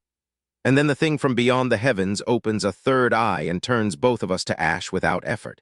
Because a peerless weapon, the mightiest thing this world can forge, is paper to a divine ability. So there's my next mountain, clear as day, and in the real world the mountain has already noticed me. As my soul treasure takes shape and my will is baptized into something that cannot be moved, the sky over the whole world bleeds a red star, heavenly Tao's own alarm. And from the deepest sanctum the God Emperor of the mortal heavens, the strongest thing this world has produced in 10,000 years, opens his eyes and says the words that tell me I've finally climbed high enough to be seen from the top. A supreme power, no weaker than this emperor, has appeared in the world. Zhao summons his surviving lords. Zhao tells them to wait. Zhao is going to come out of heaven himself and wipe out everything. For me, I think about the willow tree, the 34 dead men, the hatchet with rust on it, the 18-year-old who couldn't stop one gang boss from walking into his dead father's yard. And I smile, and I roll the last soul crystals in my palm, and I look up at a heaven that has finally decided to take me seriously. Good, I tell the sky, come down here. Let's find out which of us the universe was really building all along. Heaven sends its enforcers first. The Thunder Lord and the Lord of Heaven's mandate drop out of the sky and hammer me while I'm still finishing the tribulation, certain they've caught me helpless. Their peerless weapons land, and my body just shrugs them off in a coat of gold. Then I open my eyes, take the Thunder Lord's own hammer out of his hands, and beat him to paste with it. His partner runs for the gate of heaven itself, and I catch him one step short of it and close my hand. Then the God Emperor of the mortal sky, the one merging himself into heavenly Tao, the strongest thing this world has made in 10,000 years, loses his temper and fires the sword of heaven at me from inside his sanctum. It is the single most terrifying thing I have ever seen. It is not a man's sword, it is heaven's. I answer it with the Buddha's, and it melts like frost. Then I bring up my own, 100-foot golden Buddha, one hand to the sky and one to the earth, and I speak the line the Buddha spoke at his enlightenment. Above and below heaven, I alone am supreme, and the sound of it kills 9 of every 10 beings in heaven's own sanctum and throws the surviving lords through their own palaces. And the God Emperor, who was raging a moment ago, goes very calm and very reasonable, the way men do when the sword is suddenly in the other hand. Zhao offers me tribute, leaves off the Buddha's own tree of enlightenment, a sapling of wisdom itself, and I take it, and I tell heaven the new arrangement. From this day the mortal world is mine. The divine court does not interfere. Then I clean up loose ends. There's a man crossing the endless sea toward the land of annihilation, my own dead world, an elder of the pavilion that spent 1,000 years hunting the demon star, delighted at the news that the demon star has finally been found.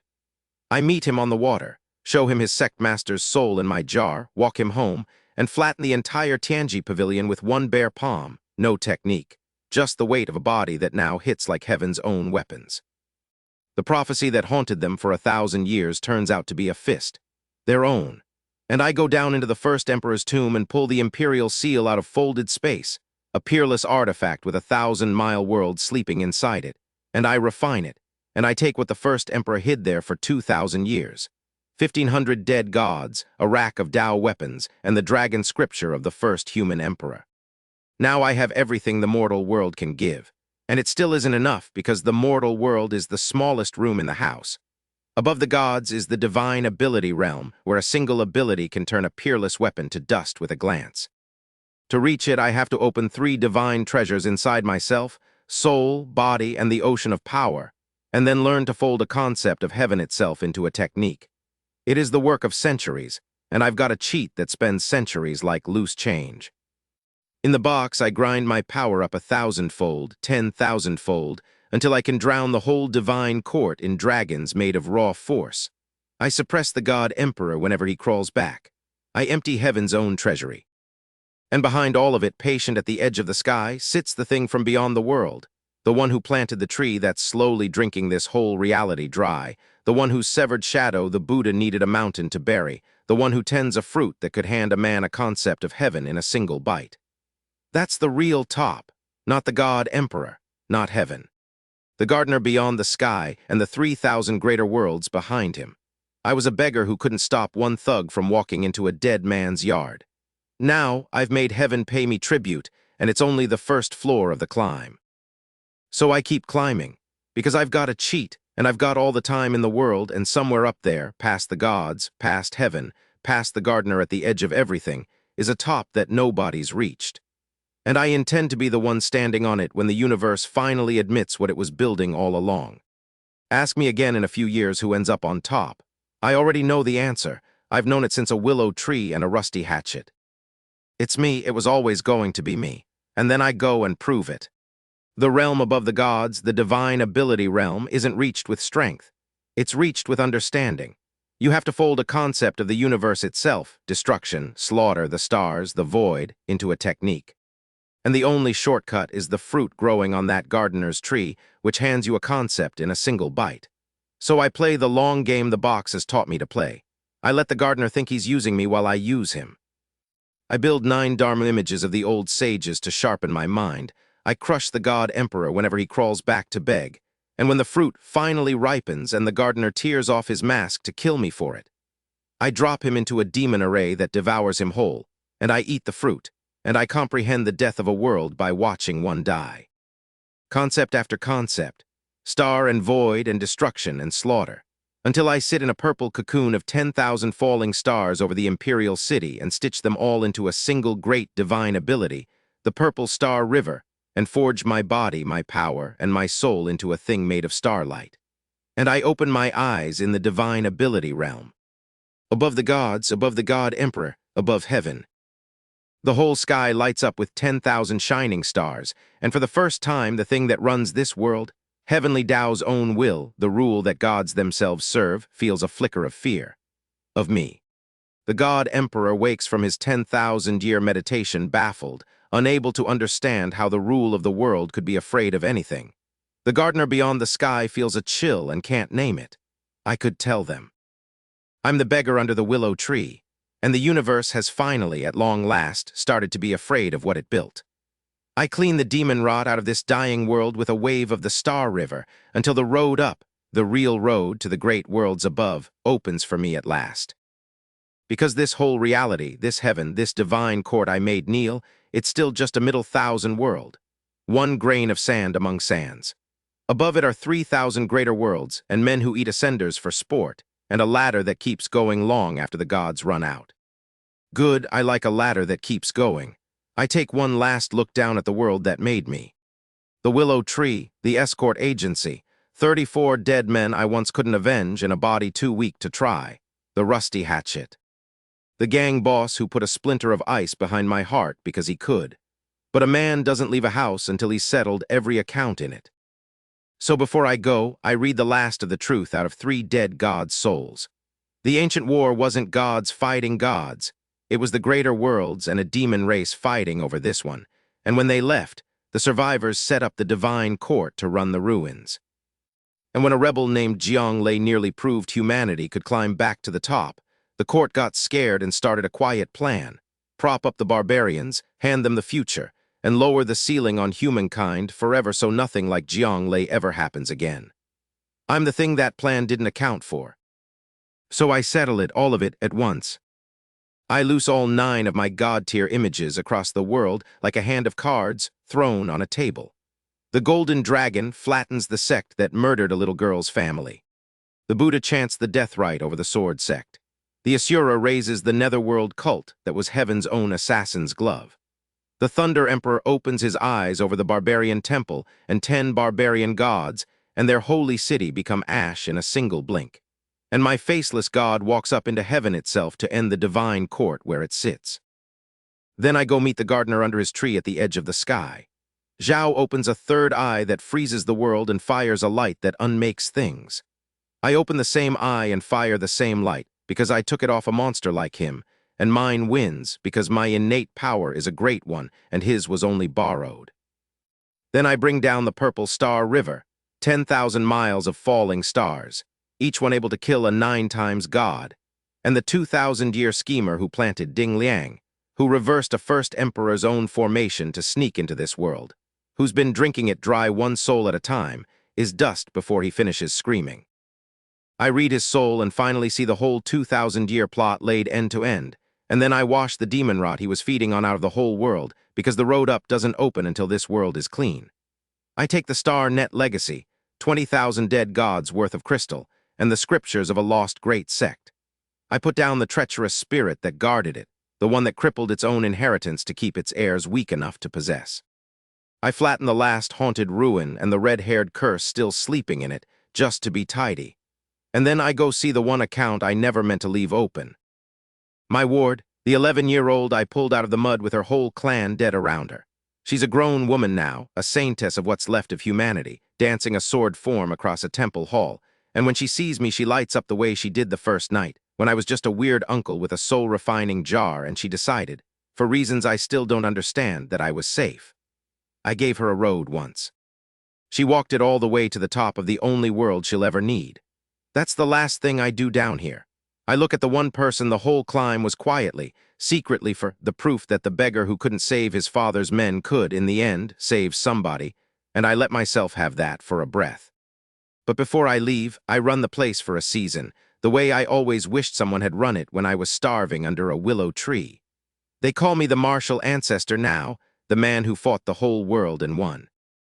I tear down the hollow shell of the empire and put a martial god temple in its place.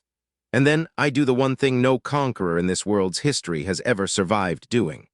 I take the land away from the sects and the great clans and the local strongmen, all of it, and parcel it out to every commoner by the head.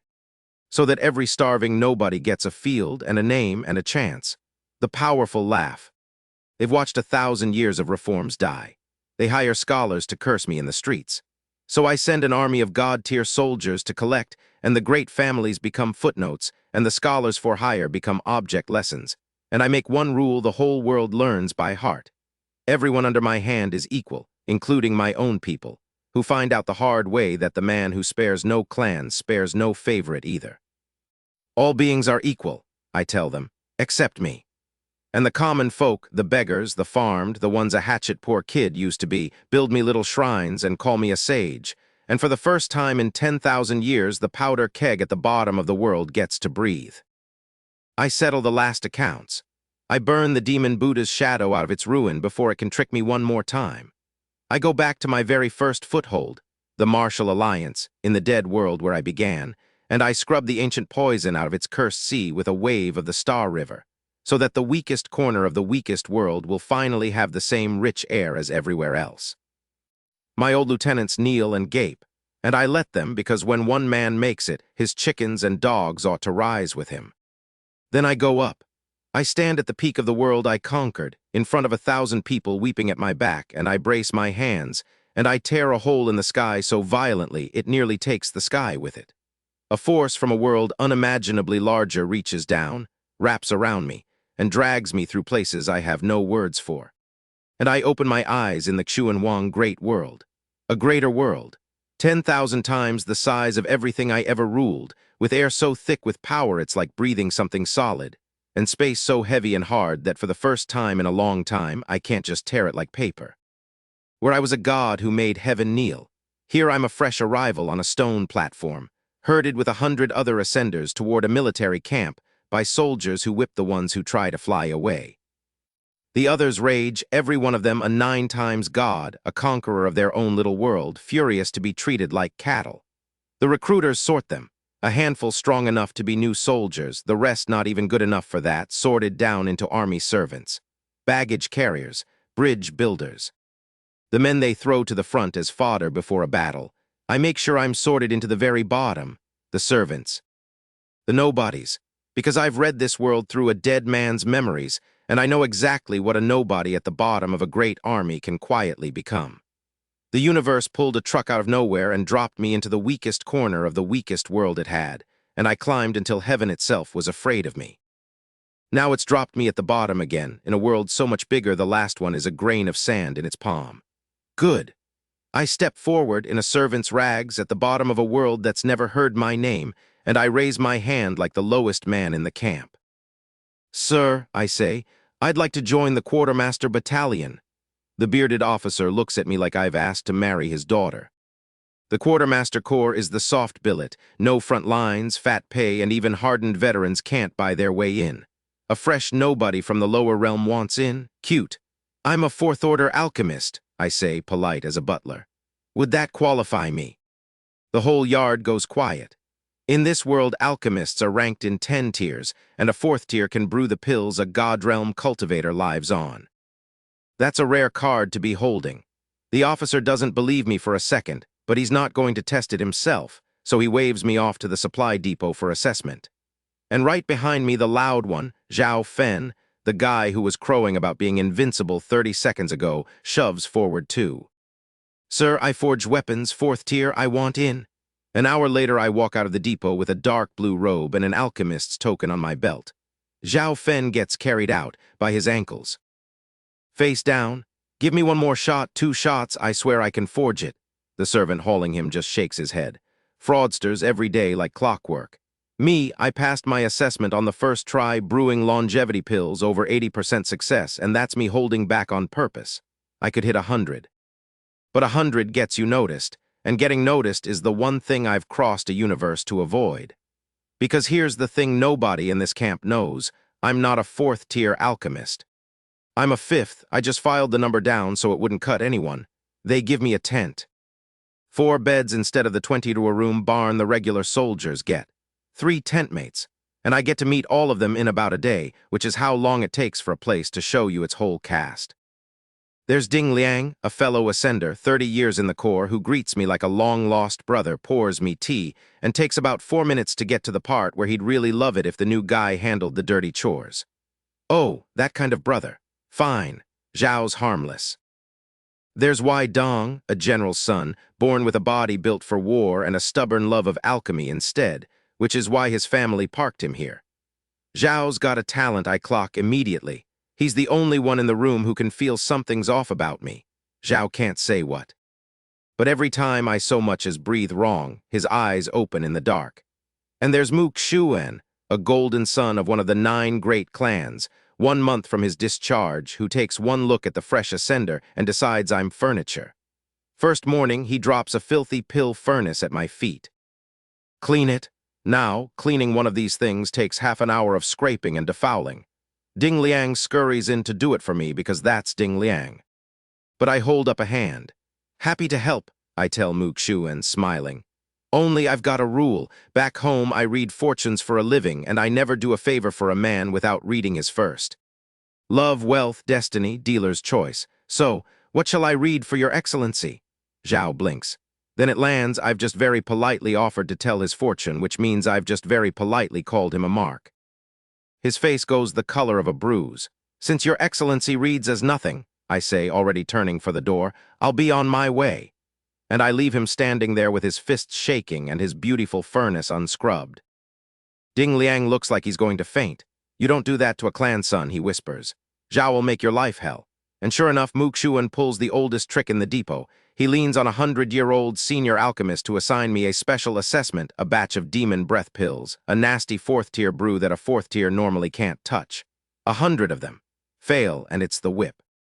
I take the herbs and thank him for the opportunity. Then I walk into my private pill room, set out a second furnace beside the first, and brew Mook Shuan's impossible assignment and my ordinary quota at the same time. Both near 100%. I hand in the fraction they are owed, and I keep the rest, including the demon breath pills, which happen to be worth their weight in gold to demon hunters, roughly 1 origin stone apiece. Mook Shuan, trying to break me, has personally handed me a small fortune. The man really does have a gift for losing his wife and his army in the same move. That's the daytime. The nighttime is where the real work happens. Every night I lie on my little wooden bed, close my eyes like I'm resting, and open the simulator because the game came up the ladder with me. The price went up.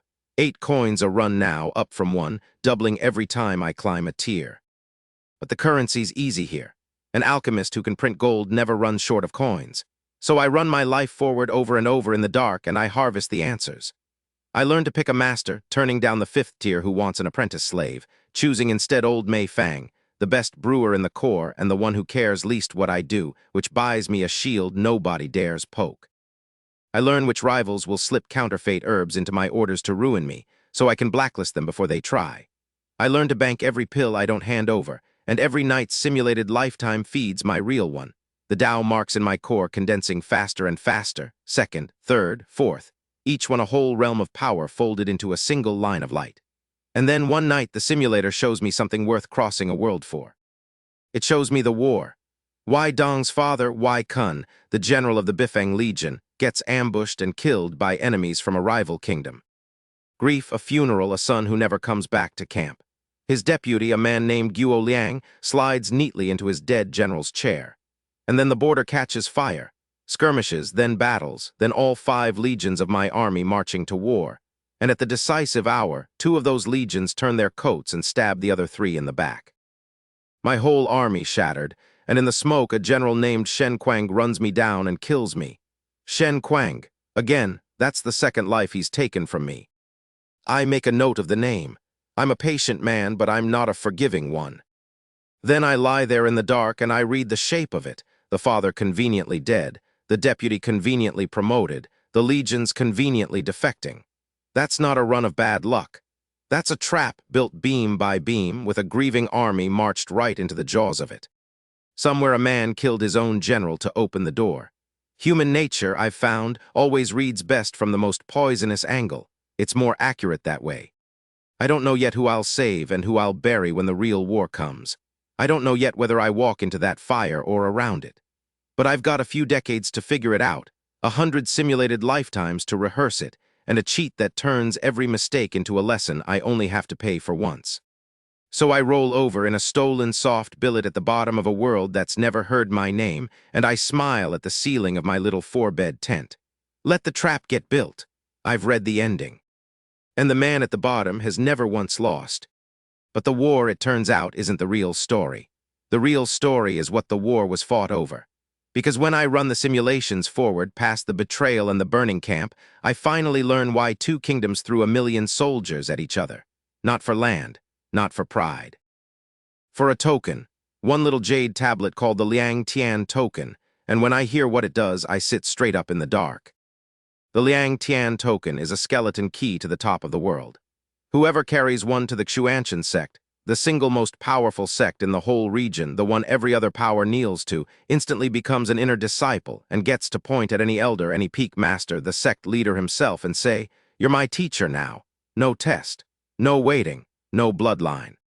28 of these were minted at the sect's founding.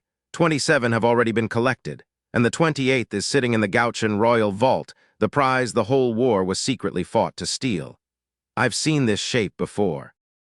A secret order, a key that skips every line. Back in the lower realm, it was the Star Net Legacy that dropped a fortune in my lap. Here it's a jade tablet that could hand a nobody the keys to heaven. And then the simulator gives me the detail that puts a clock on my whole life. It tells me exactly where the token first surfaced and exactly when. A pawn shop. Chen's Pawn Shop, Yufeng Street, south end of a city called Tungcheng.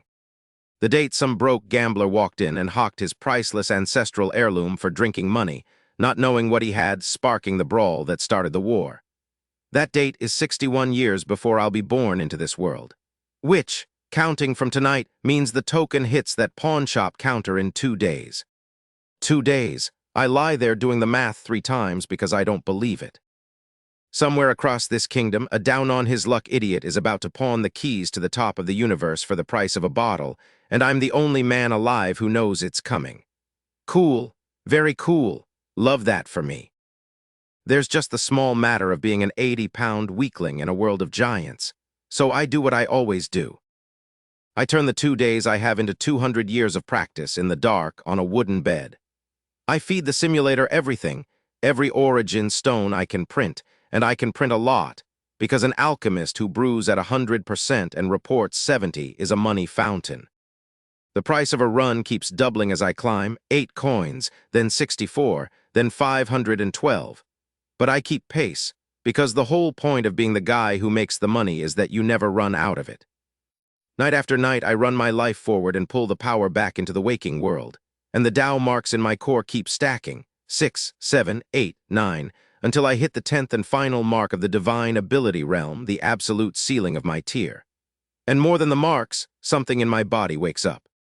The Star River Divine Body, one of the 100 greatest physiques in the 3,000 Tao domains, and it's mine, and it's barely opened one eye. At its peak, it could pick up a real river of stars and skip it across the sky like a stone. Right now, it's an infant. But even an infant that size makes the ground nervous. I also learn from a dead man's borrowed memory in the sim what the next mountain even looks like, the Tao Palace realm above me. You don't get there by stacking more power. You get there by taking a great divine ability and a concept and fusing them into a domain, a pocket of the world where you are the only law, and then squeezing that domain until it collapses into a palace inside you. It's a wall so high that a man with my 10 marks is still, technically, a bug to anyone who's crossed it. Good to know. I hate surprises. But before any of that, I need to walk into a sealed city, and for that I need papers. The sim points me at a place called the Fortune Inn, a lovely name for a slaughterhouse. On paper, it's a shady little establishment that sells forged entry papers to desperate ascenders. In practice, it sells you a dead man's identity, sends 2 thugs to mug you in the next alley, and if you make it back to complain, the beautiful proprietress smiles and feeds you to the house. The kind of place that's been eating travelers for so long the neighbors just trade knowing looks. So I do it properly.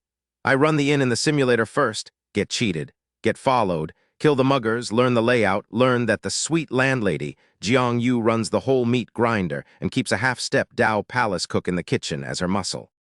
And I learn from soul reading that cook in the sim, the one thing money can't buy, the actual feel of a domain, the experience of it poured straight into my head.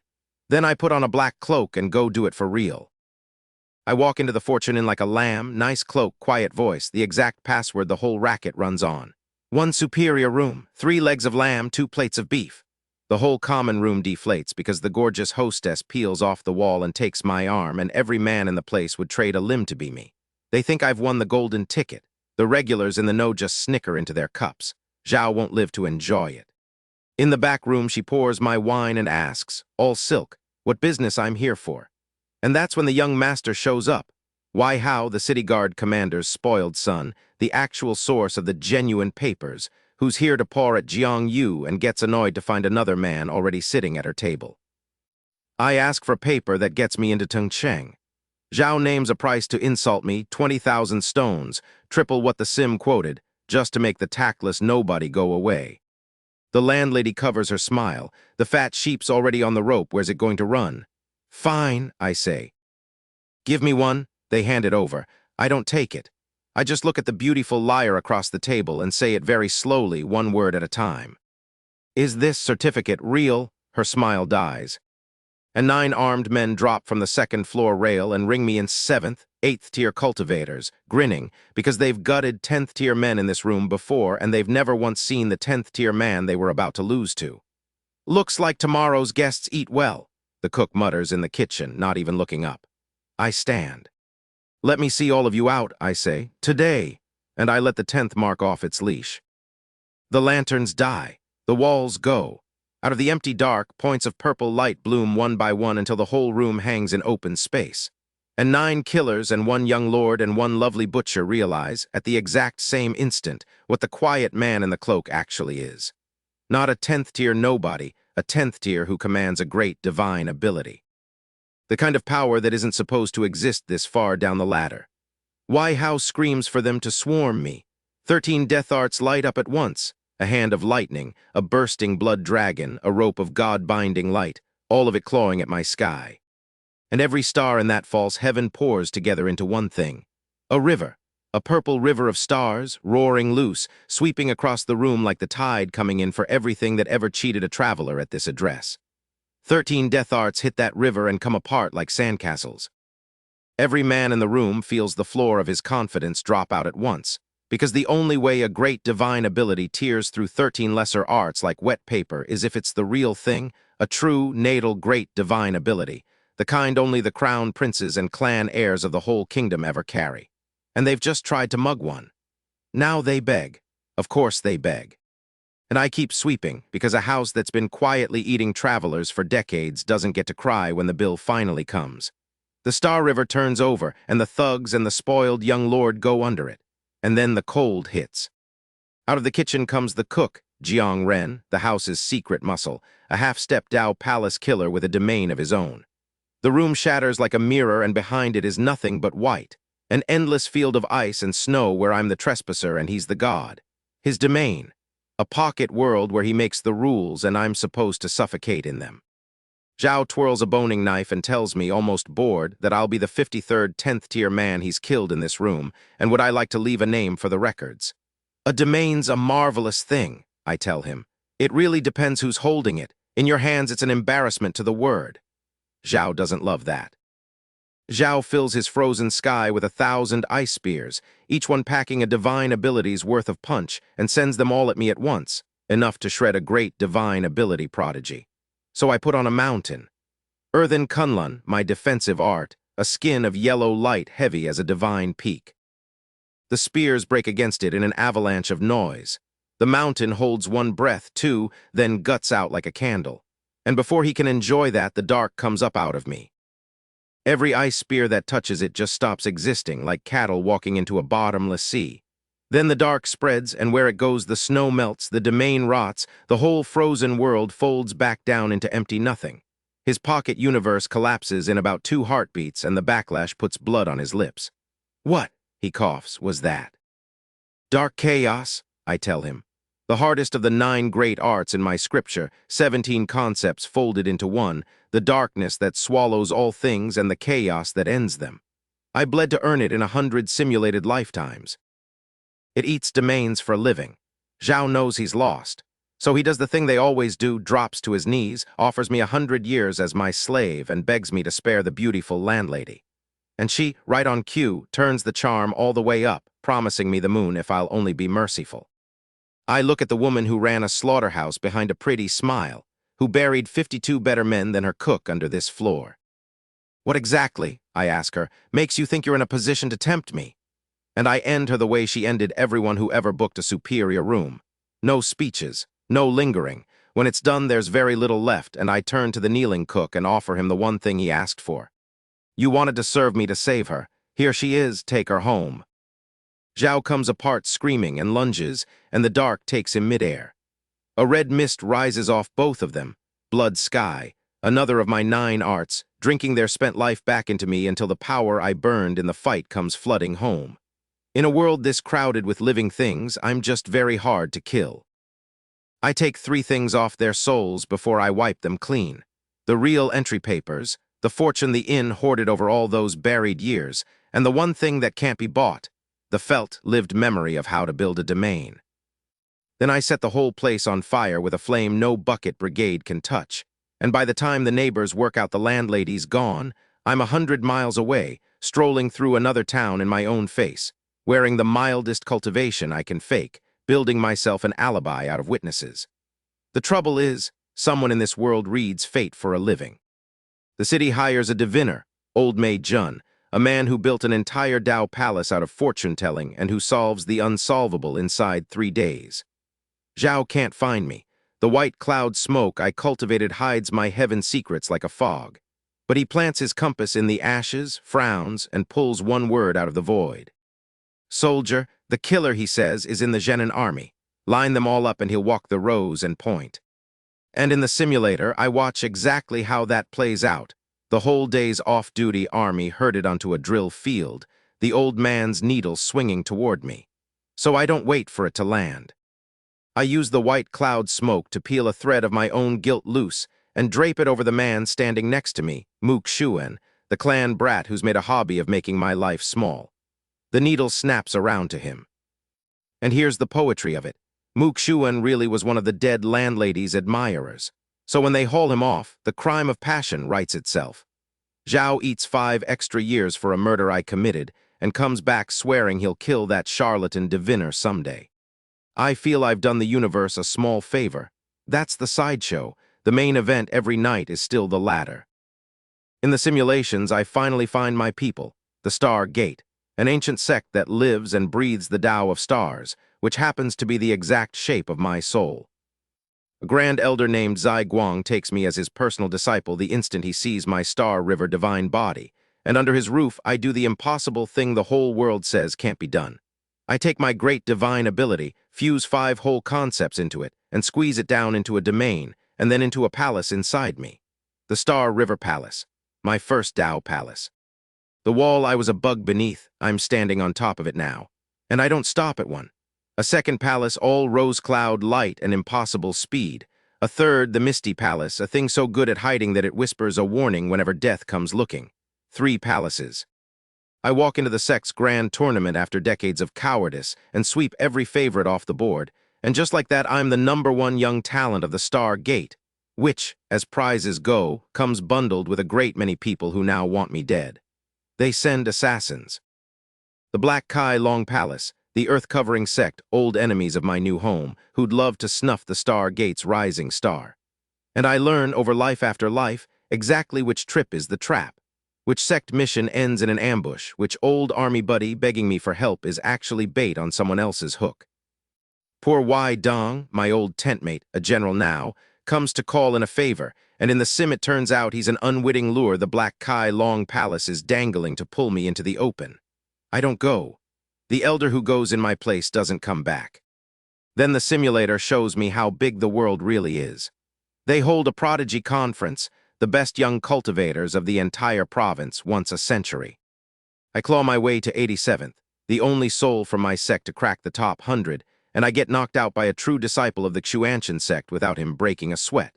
And when I look at the final list, my blood goes cold in a whole new way. Of the 100 greatest young talents in the province, 71 wear Xuantian's robes. The entire top 10.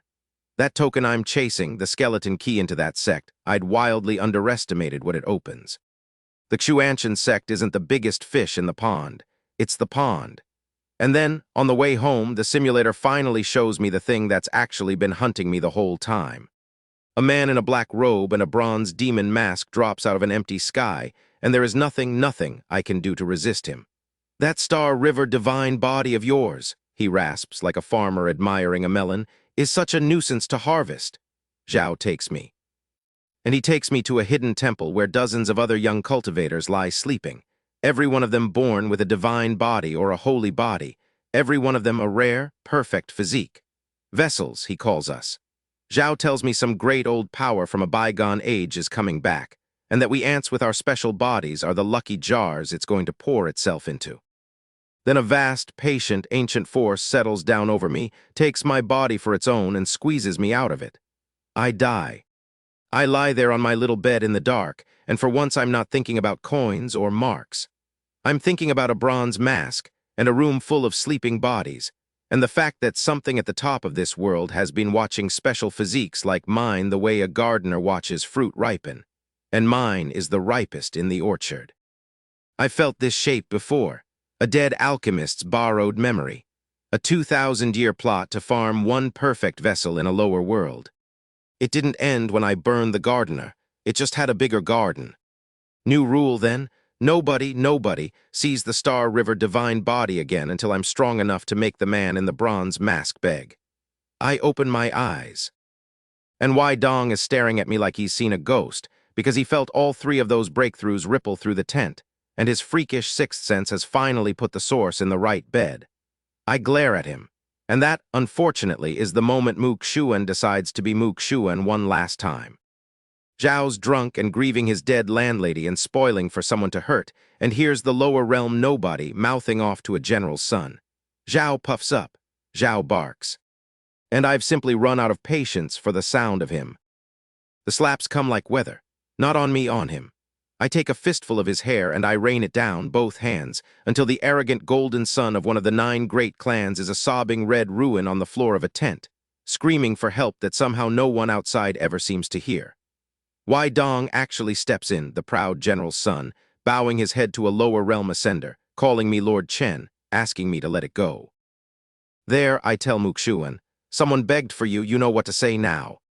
Zhao mumbles that he was wrong, and then his eyes flash and a divine treasure, a short sword that could gut a man 3 tiers above him, is suddenly in his hand and driving for my heart. A lowborn nothing like you dares die?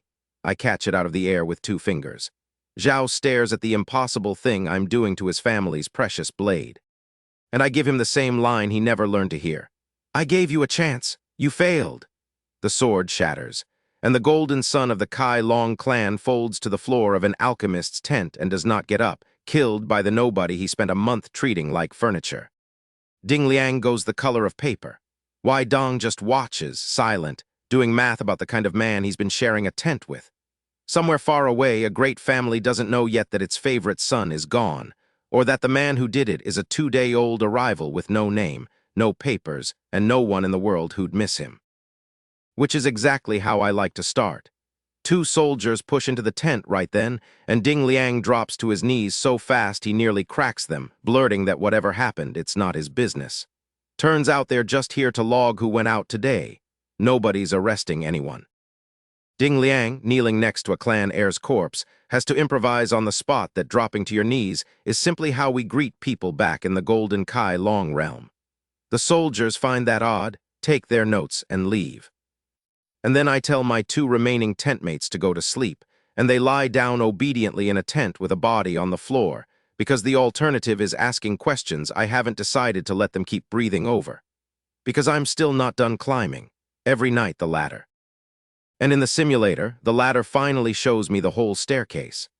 I take the token to the Xuantian sect for real, the pond that is actually the ocean, and I walk in past 3,000 Dao palace masters and 31 peaks each guarded by a celestial, and I stop pretending I'm a burden. My master there, a celestial named Chen Fan, thinks he's adopting a charity case and discovers he's adopted a monster. Palace after palace stacks up inside me. Yang Kai, Kunlun, Blood, Gold Ice, 4, 5, 6, 7, 8, 9, 10. The full 10. The absolute roof of the Dao Palace realm. And along the way I meet the man who accidentally hands me the keys to the next world. Xing Xuan, the golden boy who keeps winning that century tournament, who vanished on a mission and came back in 2 decades, leaping from nobody to the very top. I get him drunk. I get the truth. Zhao fell into a dead saint's hidden cave and walked out with 200 enlightenment pills, each one that multiplies how fast a mind can grasp the Tao. So the next time around I follow him, I rob the cave he leads me to enlightenment pills, a saint's alchemy scripture, a sacred creation furnace, and I eat comprehension by the fistful until things that should take 30 years take 1. That's when I learn how tall the mountain actually is. Above me, celestial, above that, great saint, Saint King, quasi-emperor. And at the peak of everything, great emperor, a being who rules a whole region of the cosmos like a personal garden. I'd been smug about reaching the doorstep of celestial. Then I learned there were 4 more floors above the roof I thought was the sky. And I meet the ghost at the top of my own scripture. St. Yung Xiao, the Xuantian sect's hidden ancestor, feels my breakthrough, yanks me across the mountain with a wave of his hand, and looks at me with a face I recognize because it's the face in the oldest portrait in the sect. Zhao asks if what I cultivate is the Hun Tian Bao Guang, my scripture, his scripture. Zhao's the man who wrote the thing that fell into a beggar's lap a universe ago. Zhao tells me my potential outshines a billion souls in this world, promises to keep me alive until I'm a saint, and sends me back to climb. And for the first time, I stop aiming at saint at all. I start aiming at emperor. Then the simulator kills me the way it always eventually does. A demonized peak master returns from the abyss as a saint, murders my protector, and buries the whole sect, me included. Noted. Filed, I've got a name and a decade to get ahead of it, but that's tomorrow's ladder. Tonight, in the waking world, the diviner is coming for me at dawn, and I've finally decided I'm done being quiet. They send soldiers to march me to the drill field for old Mei Jun to identify. I let two of them get halfway across the tent before the cold takes them, frozen mid-stride like statues. The centurion in charge tries to run and finds his legs won't answer. I pat him on the shoulder, ask if he's deaf, and let the fire do the rest. Then I wash up in peace because no one interrupts a man who does that to a room. And I walk out into the Genin army as the thing they've been hunting, in my own face, and I stop hiding what I am. I cut a path across a camp of 3 million toward the one man who can point at me, and anyone who lifts a blade to stop me stops being a problem. Mei Jun, the fortune teller who solves the unsolvable, who's basked his whole life in the awe of powerful men, turns to find me lounging in the very chair they set out for him, smiling. "Great Master Mei," I say. "Do I look like a murderer?" His compass spins itself to pieces. Zhao screams for someone to seize me and backpedals at the same time. "You told fortunes your whole life," I tell him. "You didn't see this morning coming." Zhao doesn't get to answer. And then the ground shakes with hooves, and a general on a war tiger comes roaring in Wei Kun, the great general of the Bifeng Legion, silver-armored, halberd out, the man whose death in 100 simulations was the spark that burned this whole army down. The crowd cheers. A Dao Palace general has come. The thief is finished. I point one finger, and the man who was supposed to be murdered by enemies from another kingdom, the domino that started the war, falls off his tiger with the spark already gone out of him, killed by me instead, years ahead of schedule in front of his own troops. Father, Wai Dong, my old tentmate, on his knees in the dirt, weeping, staring at me like I'm the devil wearing a man. And maybe I am, but I gave him his chance a whole night. A locked tent, one choice, sit still and stay alive or pick a side. Zhao's had 200 simulated betrayals to teach me what a man like him grows into. So I step in front of him and I tell him the truth he can't stand. "Your father died by my hand," I say. "What does that have to do with you?" And I let him go the way I let the rest go, cleanly, quickly, done. Ding Liang behind him shakes so hard he can barely stand, watching the nobody from the next bed turn into something with no ceiling at all. Then the sky fills with power, 14 Dao Palace generals, the whole command of the Genin army, descending at once, finally understanding that the problem is bigger than a rogue in the ranks. One of them throws a blood blade domain over me, an ocean of red edges. I burst it with a wave of my star river in a single exchange, and his face does the thing I never get tired of watching, the math failing behind his eyes. So they all come together.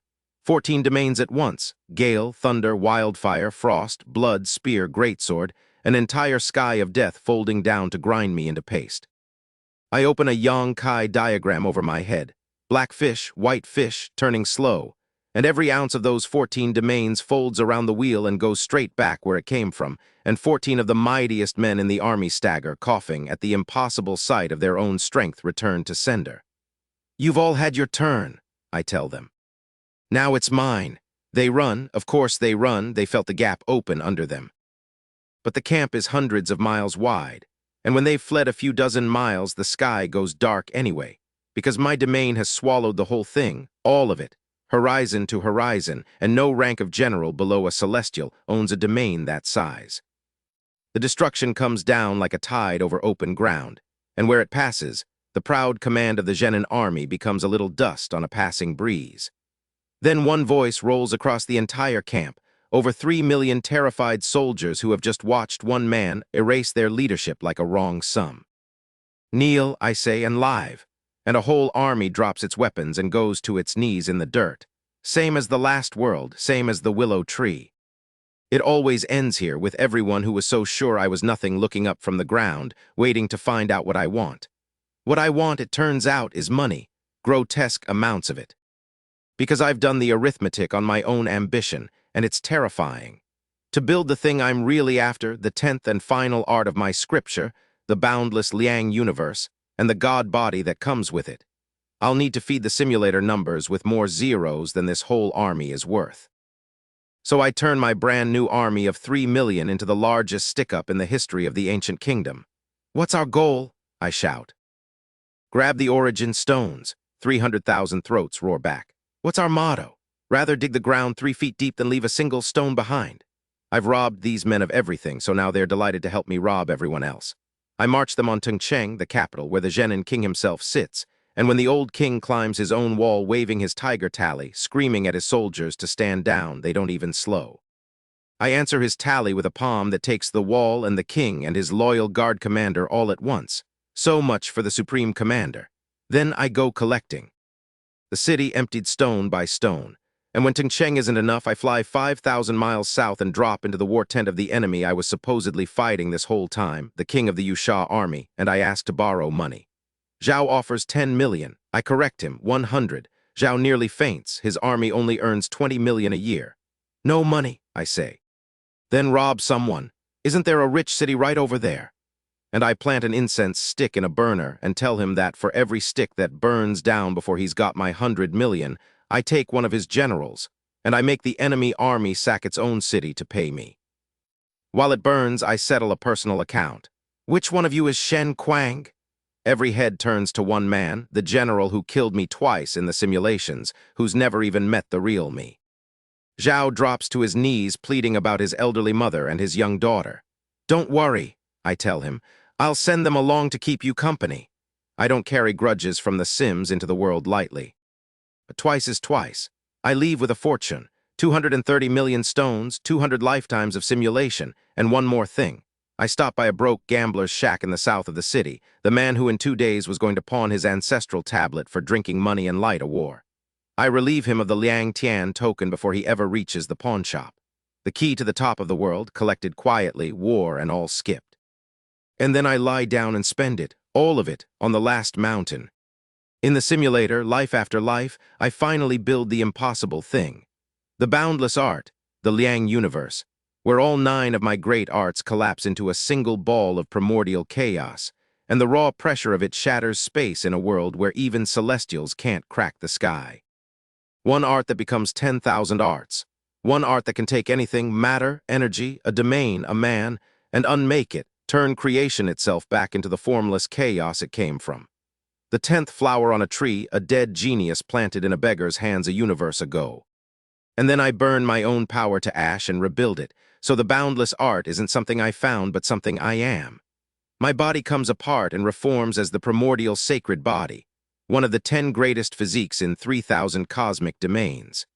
A thing that grows by eating the raw origin of worlds and can multiply its own strength 10-fold, 100-fold at will.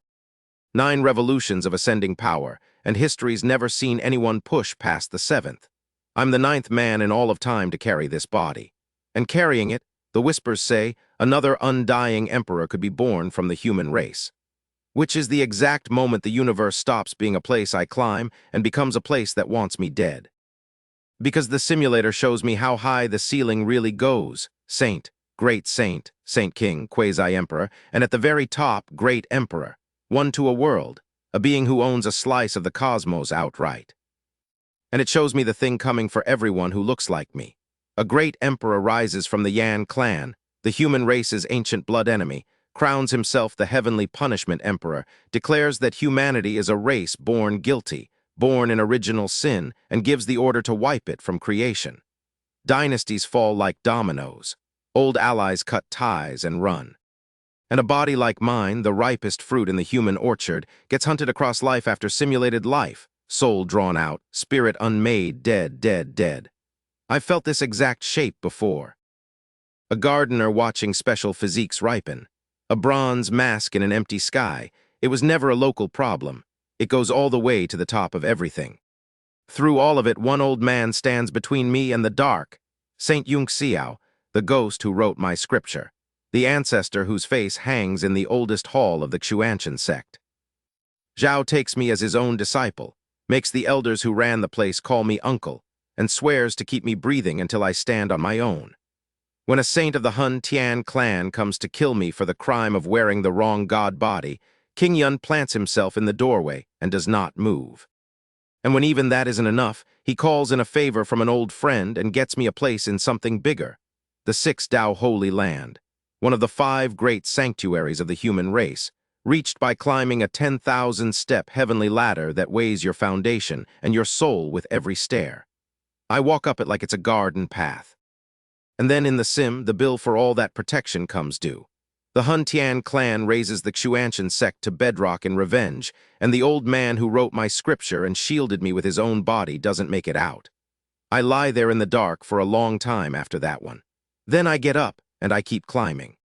Because that's the only apology a dead teacher ever wants. And the climb from here stops being about strength and starts being about how many people at the top want a body like mine off the board. In the Six Dao Holy Land, I go up the ranks of the 10 saints like a man taking stairs 2 at a time, 9th, 5th, 3rd, 2nd, 1st. And I learn that at this altitude, nobody wins a fight with their fists. You win it with information and patience. There's a snake among the saints, manhwa, who plans to have me killed. So I hit him first, and when he dies, he spends his last breath cursing the man who warned me, my own drinking brother Bai Jai, down to a wreck. I feel genuinely terrible about that. I also keep the 2 life-saving treasures the Holy Land hands me for surviving the attack. Grief and profit, it turns out, can share a face. There's a traitor saint, Zhao Jing, secretly bought by the clan that's hunting me, who lures me to a banquet meant to be my funeral. I walk out of the ambush by turning myself into a cloud, one of my god body's gifts, 1,000 shapes, water and mist, and anything I please, and float right past the Saint King sent to kill me while he stands there baffled that I've vanished without a ripple. Then I wear the traitor's own face home and empty his vault. 10 billion stones, most of it the enemy's money, now funding the very thing the enemy paid to stop. And I keep collecting the gifts my god body keeps handing me. Immense strength, burn a little life, hit 100 times harder. Shape-shifting, be anyone, be anything. And the one that turns me from a prodigy into a nightmare, blood rebirth. I bury 18 drops of my own essence blood in 18 far corners of the world, and now when someone finally manages to kill me, I simply stand back up somewhere else. You can murder me, you just can't make it stick. I even pay a very old debt. When the first saint tries to weasel out of the suicide mission war by selling his throne, I scam 30 billion stones off him for a duel I never bothered to show up for. And later, when the war swallows him whole, I inherit the throne I refuse to fight for. Because there is a war. Once every few centuries, the ancient demon world tears a hole in the sky and pours through, and every royal race of this world has to feed bodies into the gap to hold it. A meat grinder with a 99% death rate, where quasi-emperors trade blows and whole battle lines of saints get erased in an afternoon. I go down into that abyss. I survive it the way I survive everything, quietly in disguise, letting my alternate identities take the credit and the hate while the real me climbs, celestial, then saint, then great sage, my body and my law both breaking through in the fire of it. And down there, between the demon tides, I finally settle the oldest score I have. The 3 killers of the Hun Tian clan who raised the Xuantian sect and murdered the old man who wrote my scripture, I find all 3. One mid-speech in his own city. One sealed in his mountain cave, along with everyone who came running when it broke. And the last, hiding in the deepest heart of the clan's ancestral land, thinking distance and walls could keep him. They couldn't. I gave Saint Yunxiao my word without ever saying it aloud, and I keep the promises I don't speak most of all. 3 graves for 1 teacher. It doesn't bring him back. Nothing does, but some debts you pay anyway in full so the ledger can close. That's the day the top of the world finally takes me seriously. Because a great sage at barely 150 years old is not supposed to exist, and the clan hunting me does the math on what I'll be in another 100 years and panics. They wake a quasi-emperor from his sealed slumber, a thing 4 floors above me, just to stamp out 1 man. And even that isn't clean.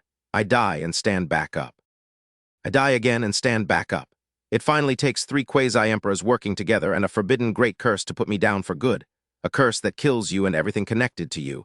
The same lie of born guilty the emperor at the top of the world uses on my whole race. 1 simulated lifetime. 3 whole realms climbed. From a nobody on a stone platform to a great sage, it takes 3 god kings and a world-ending curse to bury. I open my eyes on my little bed, and the man who opens them isn't the man who closed them. The old star river body I climbed a universe with has come apart, and out of a cocoon of raw chaos, 1 breath outside, 1 year within, a new body finishes weaving itself around my soul. The primordial sacred body. The real one now in the waking world. I flex a hand that could crack a sky, and I finally understand the shape of the whole game. Every world has a top. And every top, once you're standing on it, turns out to be the floor of a bigger one, with bigger kings. And a bigger reason they'd all sleep easier if the boy from the bottom had never started climbing. Good thing I've never once cared what they'd prefer. Because the moment my new body finishes weaving itself in the waking world, the whole cosmos finds out I exist. 10 great omens tear across the 5 regions of the world at once. Chaos lotuses, immortal kings preaching, ancient gods holding up the sky. And over the top of all of them rises the phantom of a crowned, heavenly emperor on a 9-layered throne, with worlds being born and dying under his feet. Every being with eyes to see it understands. One of the 10 greatest bodies in 3,000 cosmic domains has just been born, and it's the 4th ranked of them all, the one that's produced world-ending emperors before. And every power at the top of everything leans forward at once.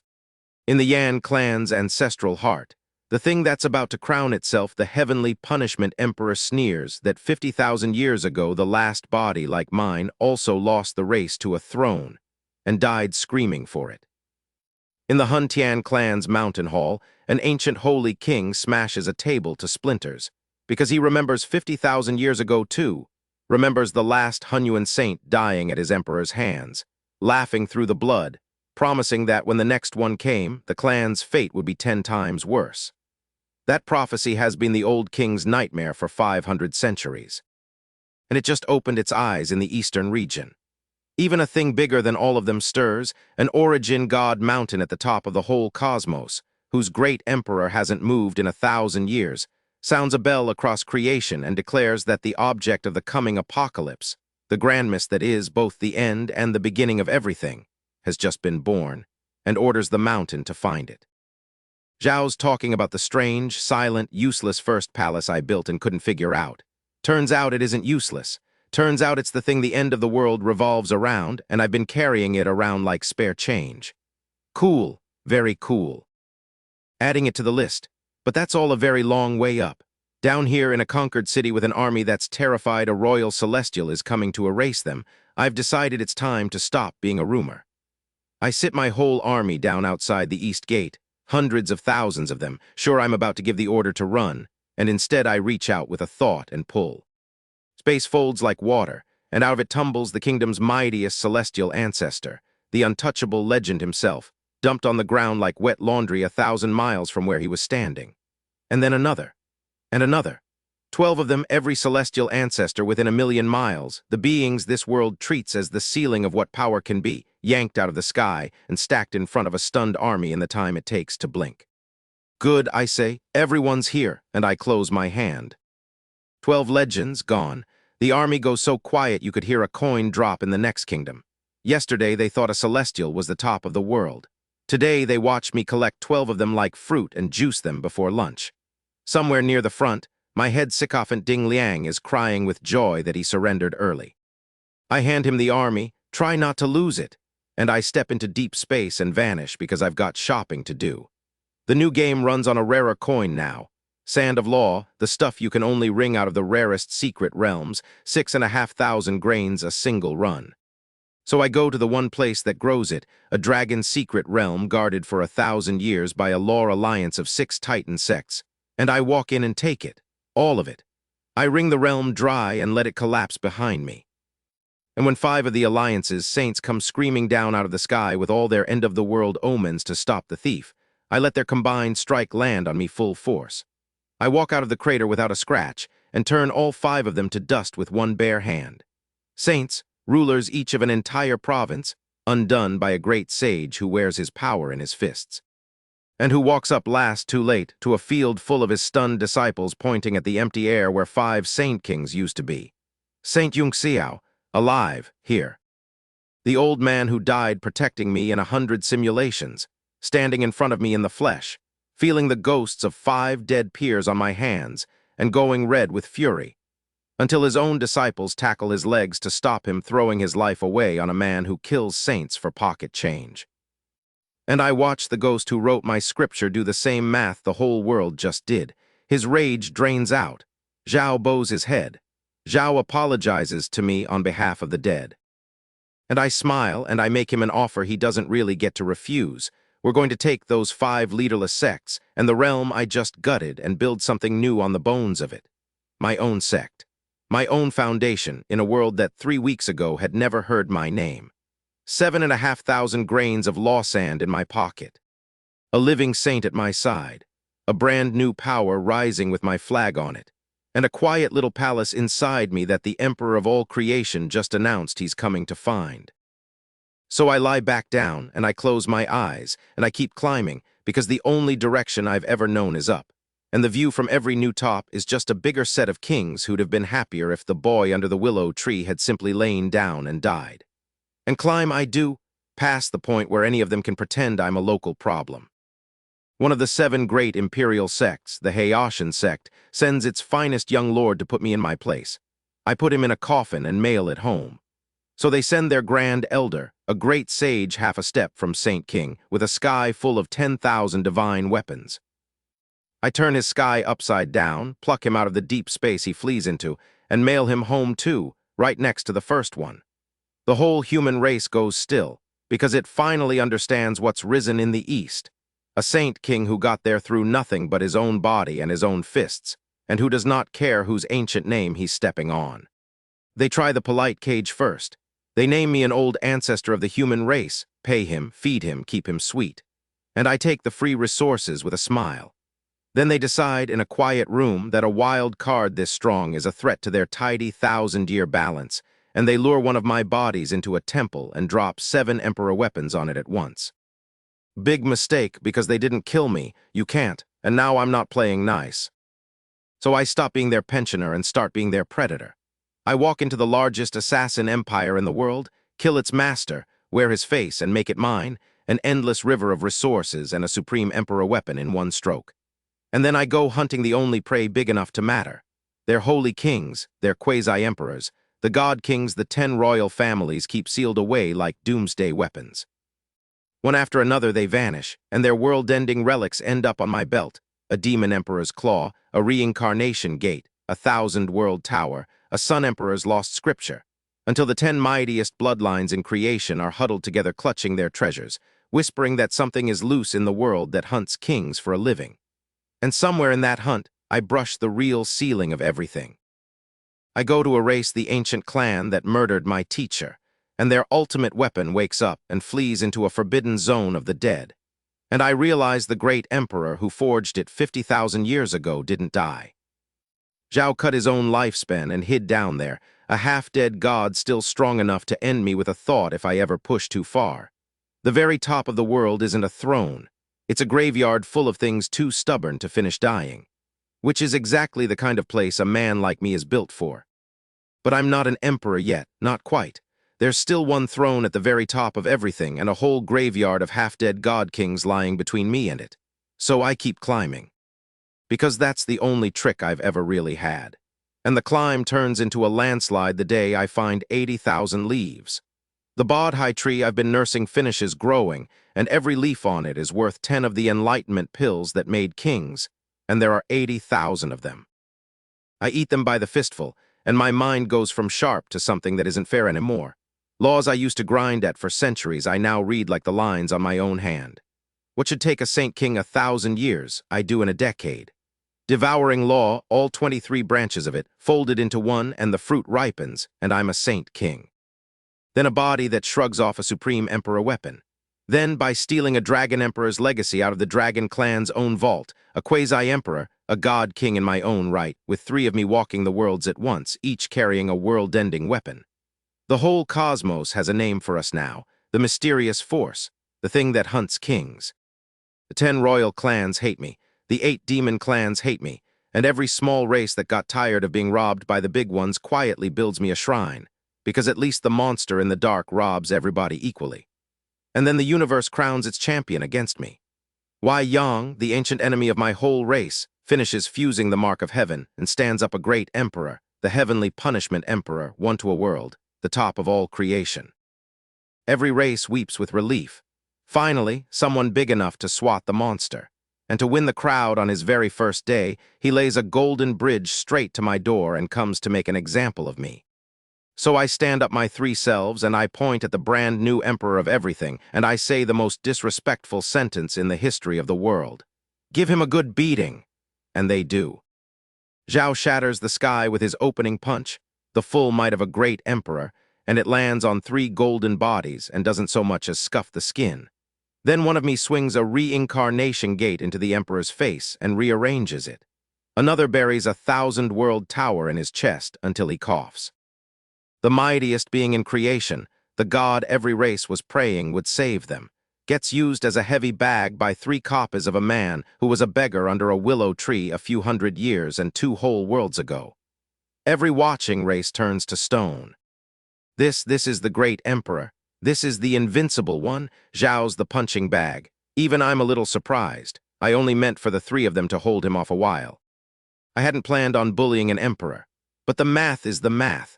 My golden body has the defense of a supreme weapon. My raw strength makes up the rest. And I don't have one of me, I have 4. A brand new emperor with unsteady footing, jumped by 4 of the strongest things below a throne. His fate was written the second he decided I'd make a good trophy. 15 minutes later, the heavenly punishment emperor concedes and flees his own coronation in disgrace, and the news of it detonates across the world. The invincible emperor, beaten like a drum in his first fight, by the monster he came to erase. Are you crazy? Zhao's picking fights with great emperors and winning, and he only just became a quasi-emperor. Yeah, that's the idea. After that, it's just cleanup and appetite. I need the raw origin of worlds to keep climbing, and I've drained this one dry. So I go partner with the very people who once sent a bronze-masked god to farm bodies like mine, and I flip the whole trade. I use the largest assassin empire in existence to round up every rare god body in 2 worlds and sell them off for oceans of divine source. And I climb to the 6th revolution of my sacred body, an immortal body now, a thing even the half-dead god kings in their tombs can't reliably kill. And when this world runs out of food, I squeeze the coordinates of 3 more worlds out of a retired demon emperor and send my 3 selves out across the dark to strip them too. Because the truth I learned under a willow tree scales all the way up. There's always a bigger world. It always has more than it's willing to share. And the man from the bottom always finds a way to help himself to it. The emperor comes back, of course. Stronger, with a weapon of his own now. And I beat him worse, and I hold his own supreme hammer for ransom until his clan pays 10,000 measures of divine source to buy it back. So he does the thing cornered emperors do. He calls my whole race guilty of original sin and orders it wiped out, hoping to smoke me into the open. Zhao doesn't know I don't care. The human race left me to die twice, once as a beggar nobody helped, once as an old ancestor they fed and then plotted to kill for the crime of eating. So when the extermination comes, I tell the emperor to hit every human power as hard as he likes, all except my own, because I want to see, finally, what my people are actually made of when the knife's at their throat. What they are made of, it turns out, is a corpse in a bronze coffin. They crack open a box sealed for 300,000 years and out climbs Zhao Jing, the 5th of my kind, the first Hunyuan sacred body this world ever grew, a dead god who's been keeping the human race's embers alive since the last apocalypse. Zhao forces the emperor to heal in an afternoon. And then he comes to find me because he can feel a body like his own, and he wants to know why the 6th of our line sat on his hands while our race burned. I tell him the truth. I clawed up from the bottom of a dying world with a truck and a hatchet and a voice in my head, and when I was drowning, not one soul reached down. So don't hand me a sermon about repaying my people's kindness. There wasn't any. Zhao calls me a demon and swears he'll drag me back to the righteous path. Then he throws the first punch, and he's a 7th revolution body, strong enough that I have to turn my immortal body all the way on just to trade blows. right up until I split into three and stop holding back. Then the oldest, holiest survivor of my entire bloodline coughs, stares at the impossible number of gifts stacked in one man, and runs from me like he's seen a ghost, and I pat him on the back on his way out, just to make him run faster. Zhao staggers home barely alive and tells the terrified lords of the human race the truth. Their new savior is the monster they once tried to murder, and the only way to buy his protection is his own price, delivered cold. Kill Zhao Jing, I tell their groveling envoys. The old dead saint who lectured me about gratitude. Kill him and I'll shield your race. As long as he draws breath, you can all burn. Some things you say gently, that one I said with a smile. They do it too. That's the part that tells me everything about my people. The human race lords brew their 300,000-year-old savior a pot of healing medicine, lace it with a dozen master poisons, and toast him while he drinks it. Because he couldn't beat me, and a savior who can't win is just a mouth to feed. Zhao Jing staggers off to die in the forgotten village he was born in, and before he goes, he hands me his own fortune and one last piece of the puzzle. That a Hunyuan body like ours isn't supposed to sprout a new god power at every step the way mine does. I'm the anomaly. Something about me is different, and neither of us knows what. Zhao dies betrayed by the very race he kept alive, and I bury him deep and call it even. After that, the Emperor and I trade the human race back and forth like a poker chip. Zhao renews his extermination. The half-dead god kings in their forbidden tombs pay me oceans of divine source to drive him off. Because a shadow lord wants human flesh saved for the next apocalypse, and I want the divine source, and everything's negotiable. So I go beat the Emperor down again and send him home, and I climb another revolution. Then they finally corner me properly, the heavenly punishment Emperor and three of the half-dead supremes, the very top of everything, all waiting in one room. You finally met your match, the Emperor crows. And then my other two selves arrive, and it's three of me against four of them, and we take one of their arms off and beat a supreme into the ground, and the Emperor and his god kings flee for their lives. The Emperor is so shaken he cuts his own life in half and crawls into a tomb to hide, abandoning his whole race to do it, and I slaughter the clan that spent 100,000 years praying for him. History's most pathetic emperor, they call him after that, ran from a man who wasn't even a king yet. And that, finally, is when the waking world catches up to the legend. Because in the real world, back at the Xuanshan sect, the Haoshan sect, I keep humiliating summons the one thing they think can end me. The Haoshan sword, a supreme emperor weapon that helped a great emperor nearly conquer the world, and a saint king to wield it. My old teacher, King Yun, tells me to run. Everyone tells me to run. You do not stand in front of an emperor's weapon. The last Hunyuan body who tried lost his arm to a lesser one. I reach up and catch it in my bare hand. The impact caves in the land for 10,000 miles. The sword screams and thrashes and can't cut me. When that fails, the Saint King drops to his knees and begs the weapon's sleeping god to wake. And it does.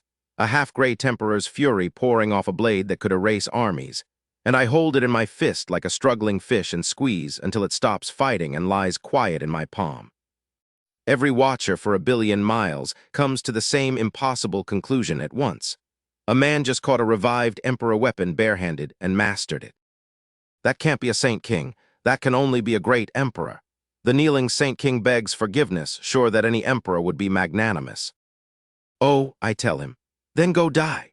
And I reach across 1 billion miles, close my hand around the entire Haoshan sect, the whole mountain range sect, one of the 7 great imperial powers, 100,000-year legacy, pluck it out of the world like weeding a garden, strip it of everything worth keeping, and let it sift out of my fist as dust on the wind. Where an ancient sect stood, there's a bare muddy crater tens of thousands of miles wide. Someone has become an emperor. Those 5 words go through the world like a shockwave. A human race emperor, the first in 100,000 years. The throne of the whole domain, empty for 30,000, finally claimed. Every race feels the heavens shift. Every human power that spent a century looking down on me suddenly loads up gifts and comes racing to bow at my gate. 2 dynasties, 5 holy lands, 6 imperial clans, hats in their hands. I'm not actually an emperor yet. Not on the technicality that matters. I haven't fused the mark of heaven, haven't claimed the true throne. But I catch their weapons barehanded and erase their legends like lint, and nobody down there can tell the difference, and I'm in no rush to correct them. Let them call me the Immortal Emperor. I've been underestimated my whole life. Being overestimated for once is a nice change. So I take their tribute and I don't take their meeting. Go home, I tell them. Bring me 100,000 source crystals each, a fortune whole clans bleed for, and be back in half an hour, and then we'll talk. And the proud old masters of the Holy Land stand outside my gate, purple with insult, and quietly agree among themselves to give the arrogant upstart nothing at all because they've weathered emperors before, and they figure they can weather one more. They're about to learn what everyone who ever underestimated the beggar under the willow tree has learned. Half an hour later, the ones who paid kneel in my hall and call me the Immortal Emperor, and I tell them they made the right choice, and then I mention mildly that some people didn't. And I grow 6 arms out of my back, and I reach across the eastern region, and I close 6 hands around the 6 proud sects that decided to stiff me, and I pluck all 6 out of the world at once, emperor weapons and 100,000-year legacies and all, and let them run out of my fists as dust. 6 ancient powers gone between one breath and the next for the price of a tribute they were too proud to pay. The watching world decides I'm establishing my authority. Really, I just don't like being told no. That's the waking world. In the dark, on the bed, I finally close the whole loop. I proclaim myself emperor and turn my own coronation into the largest heist in history, robbing every god-king who came to bow.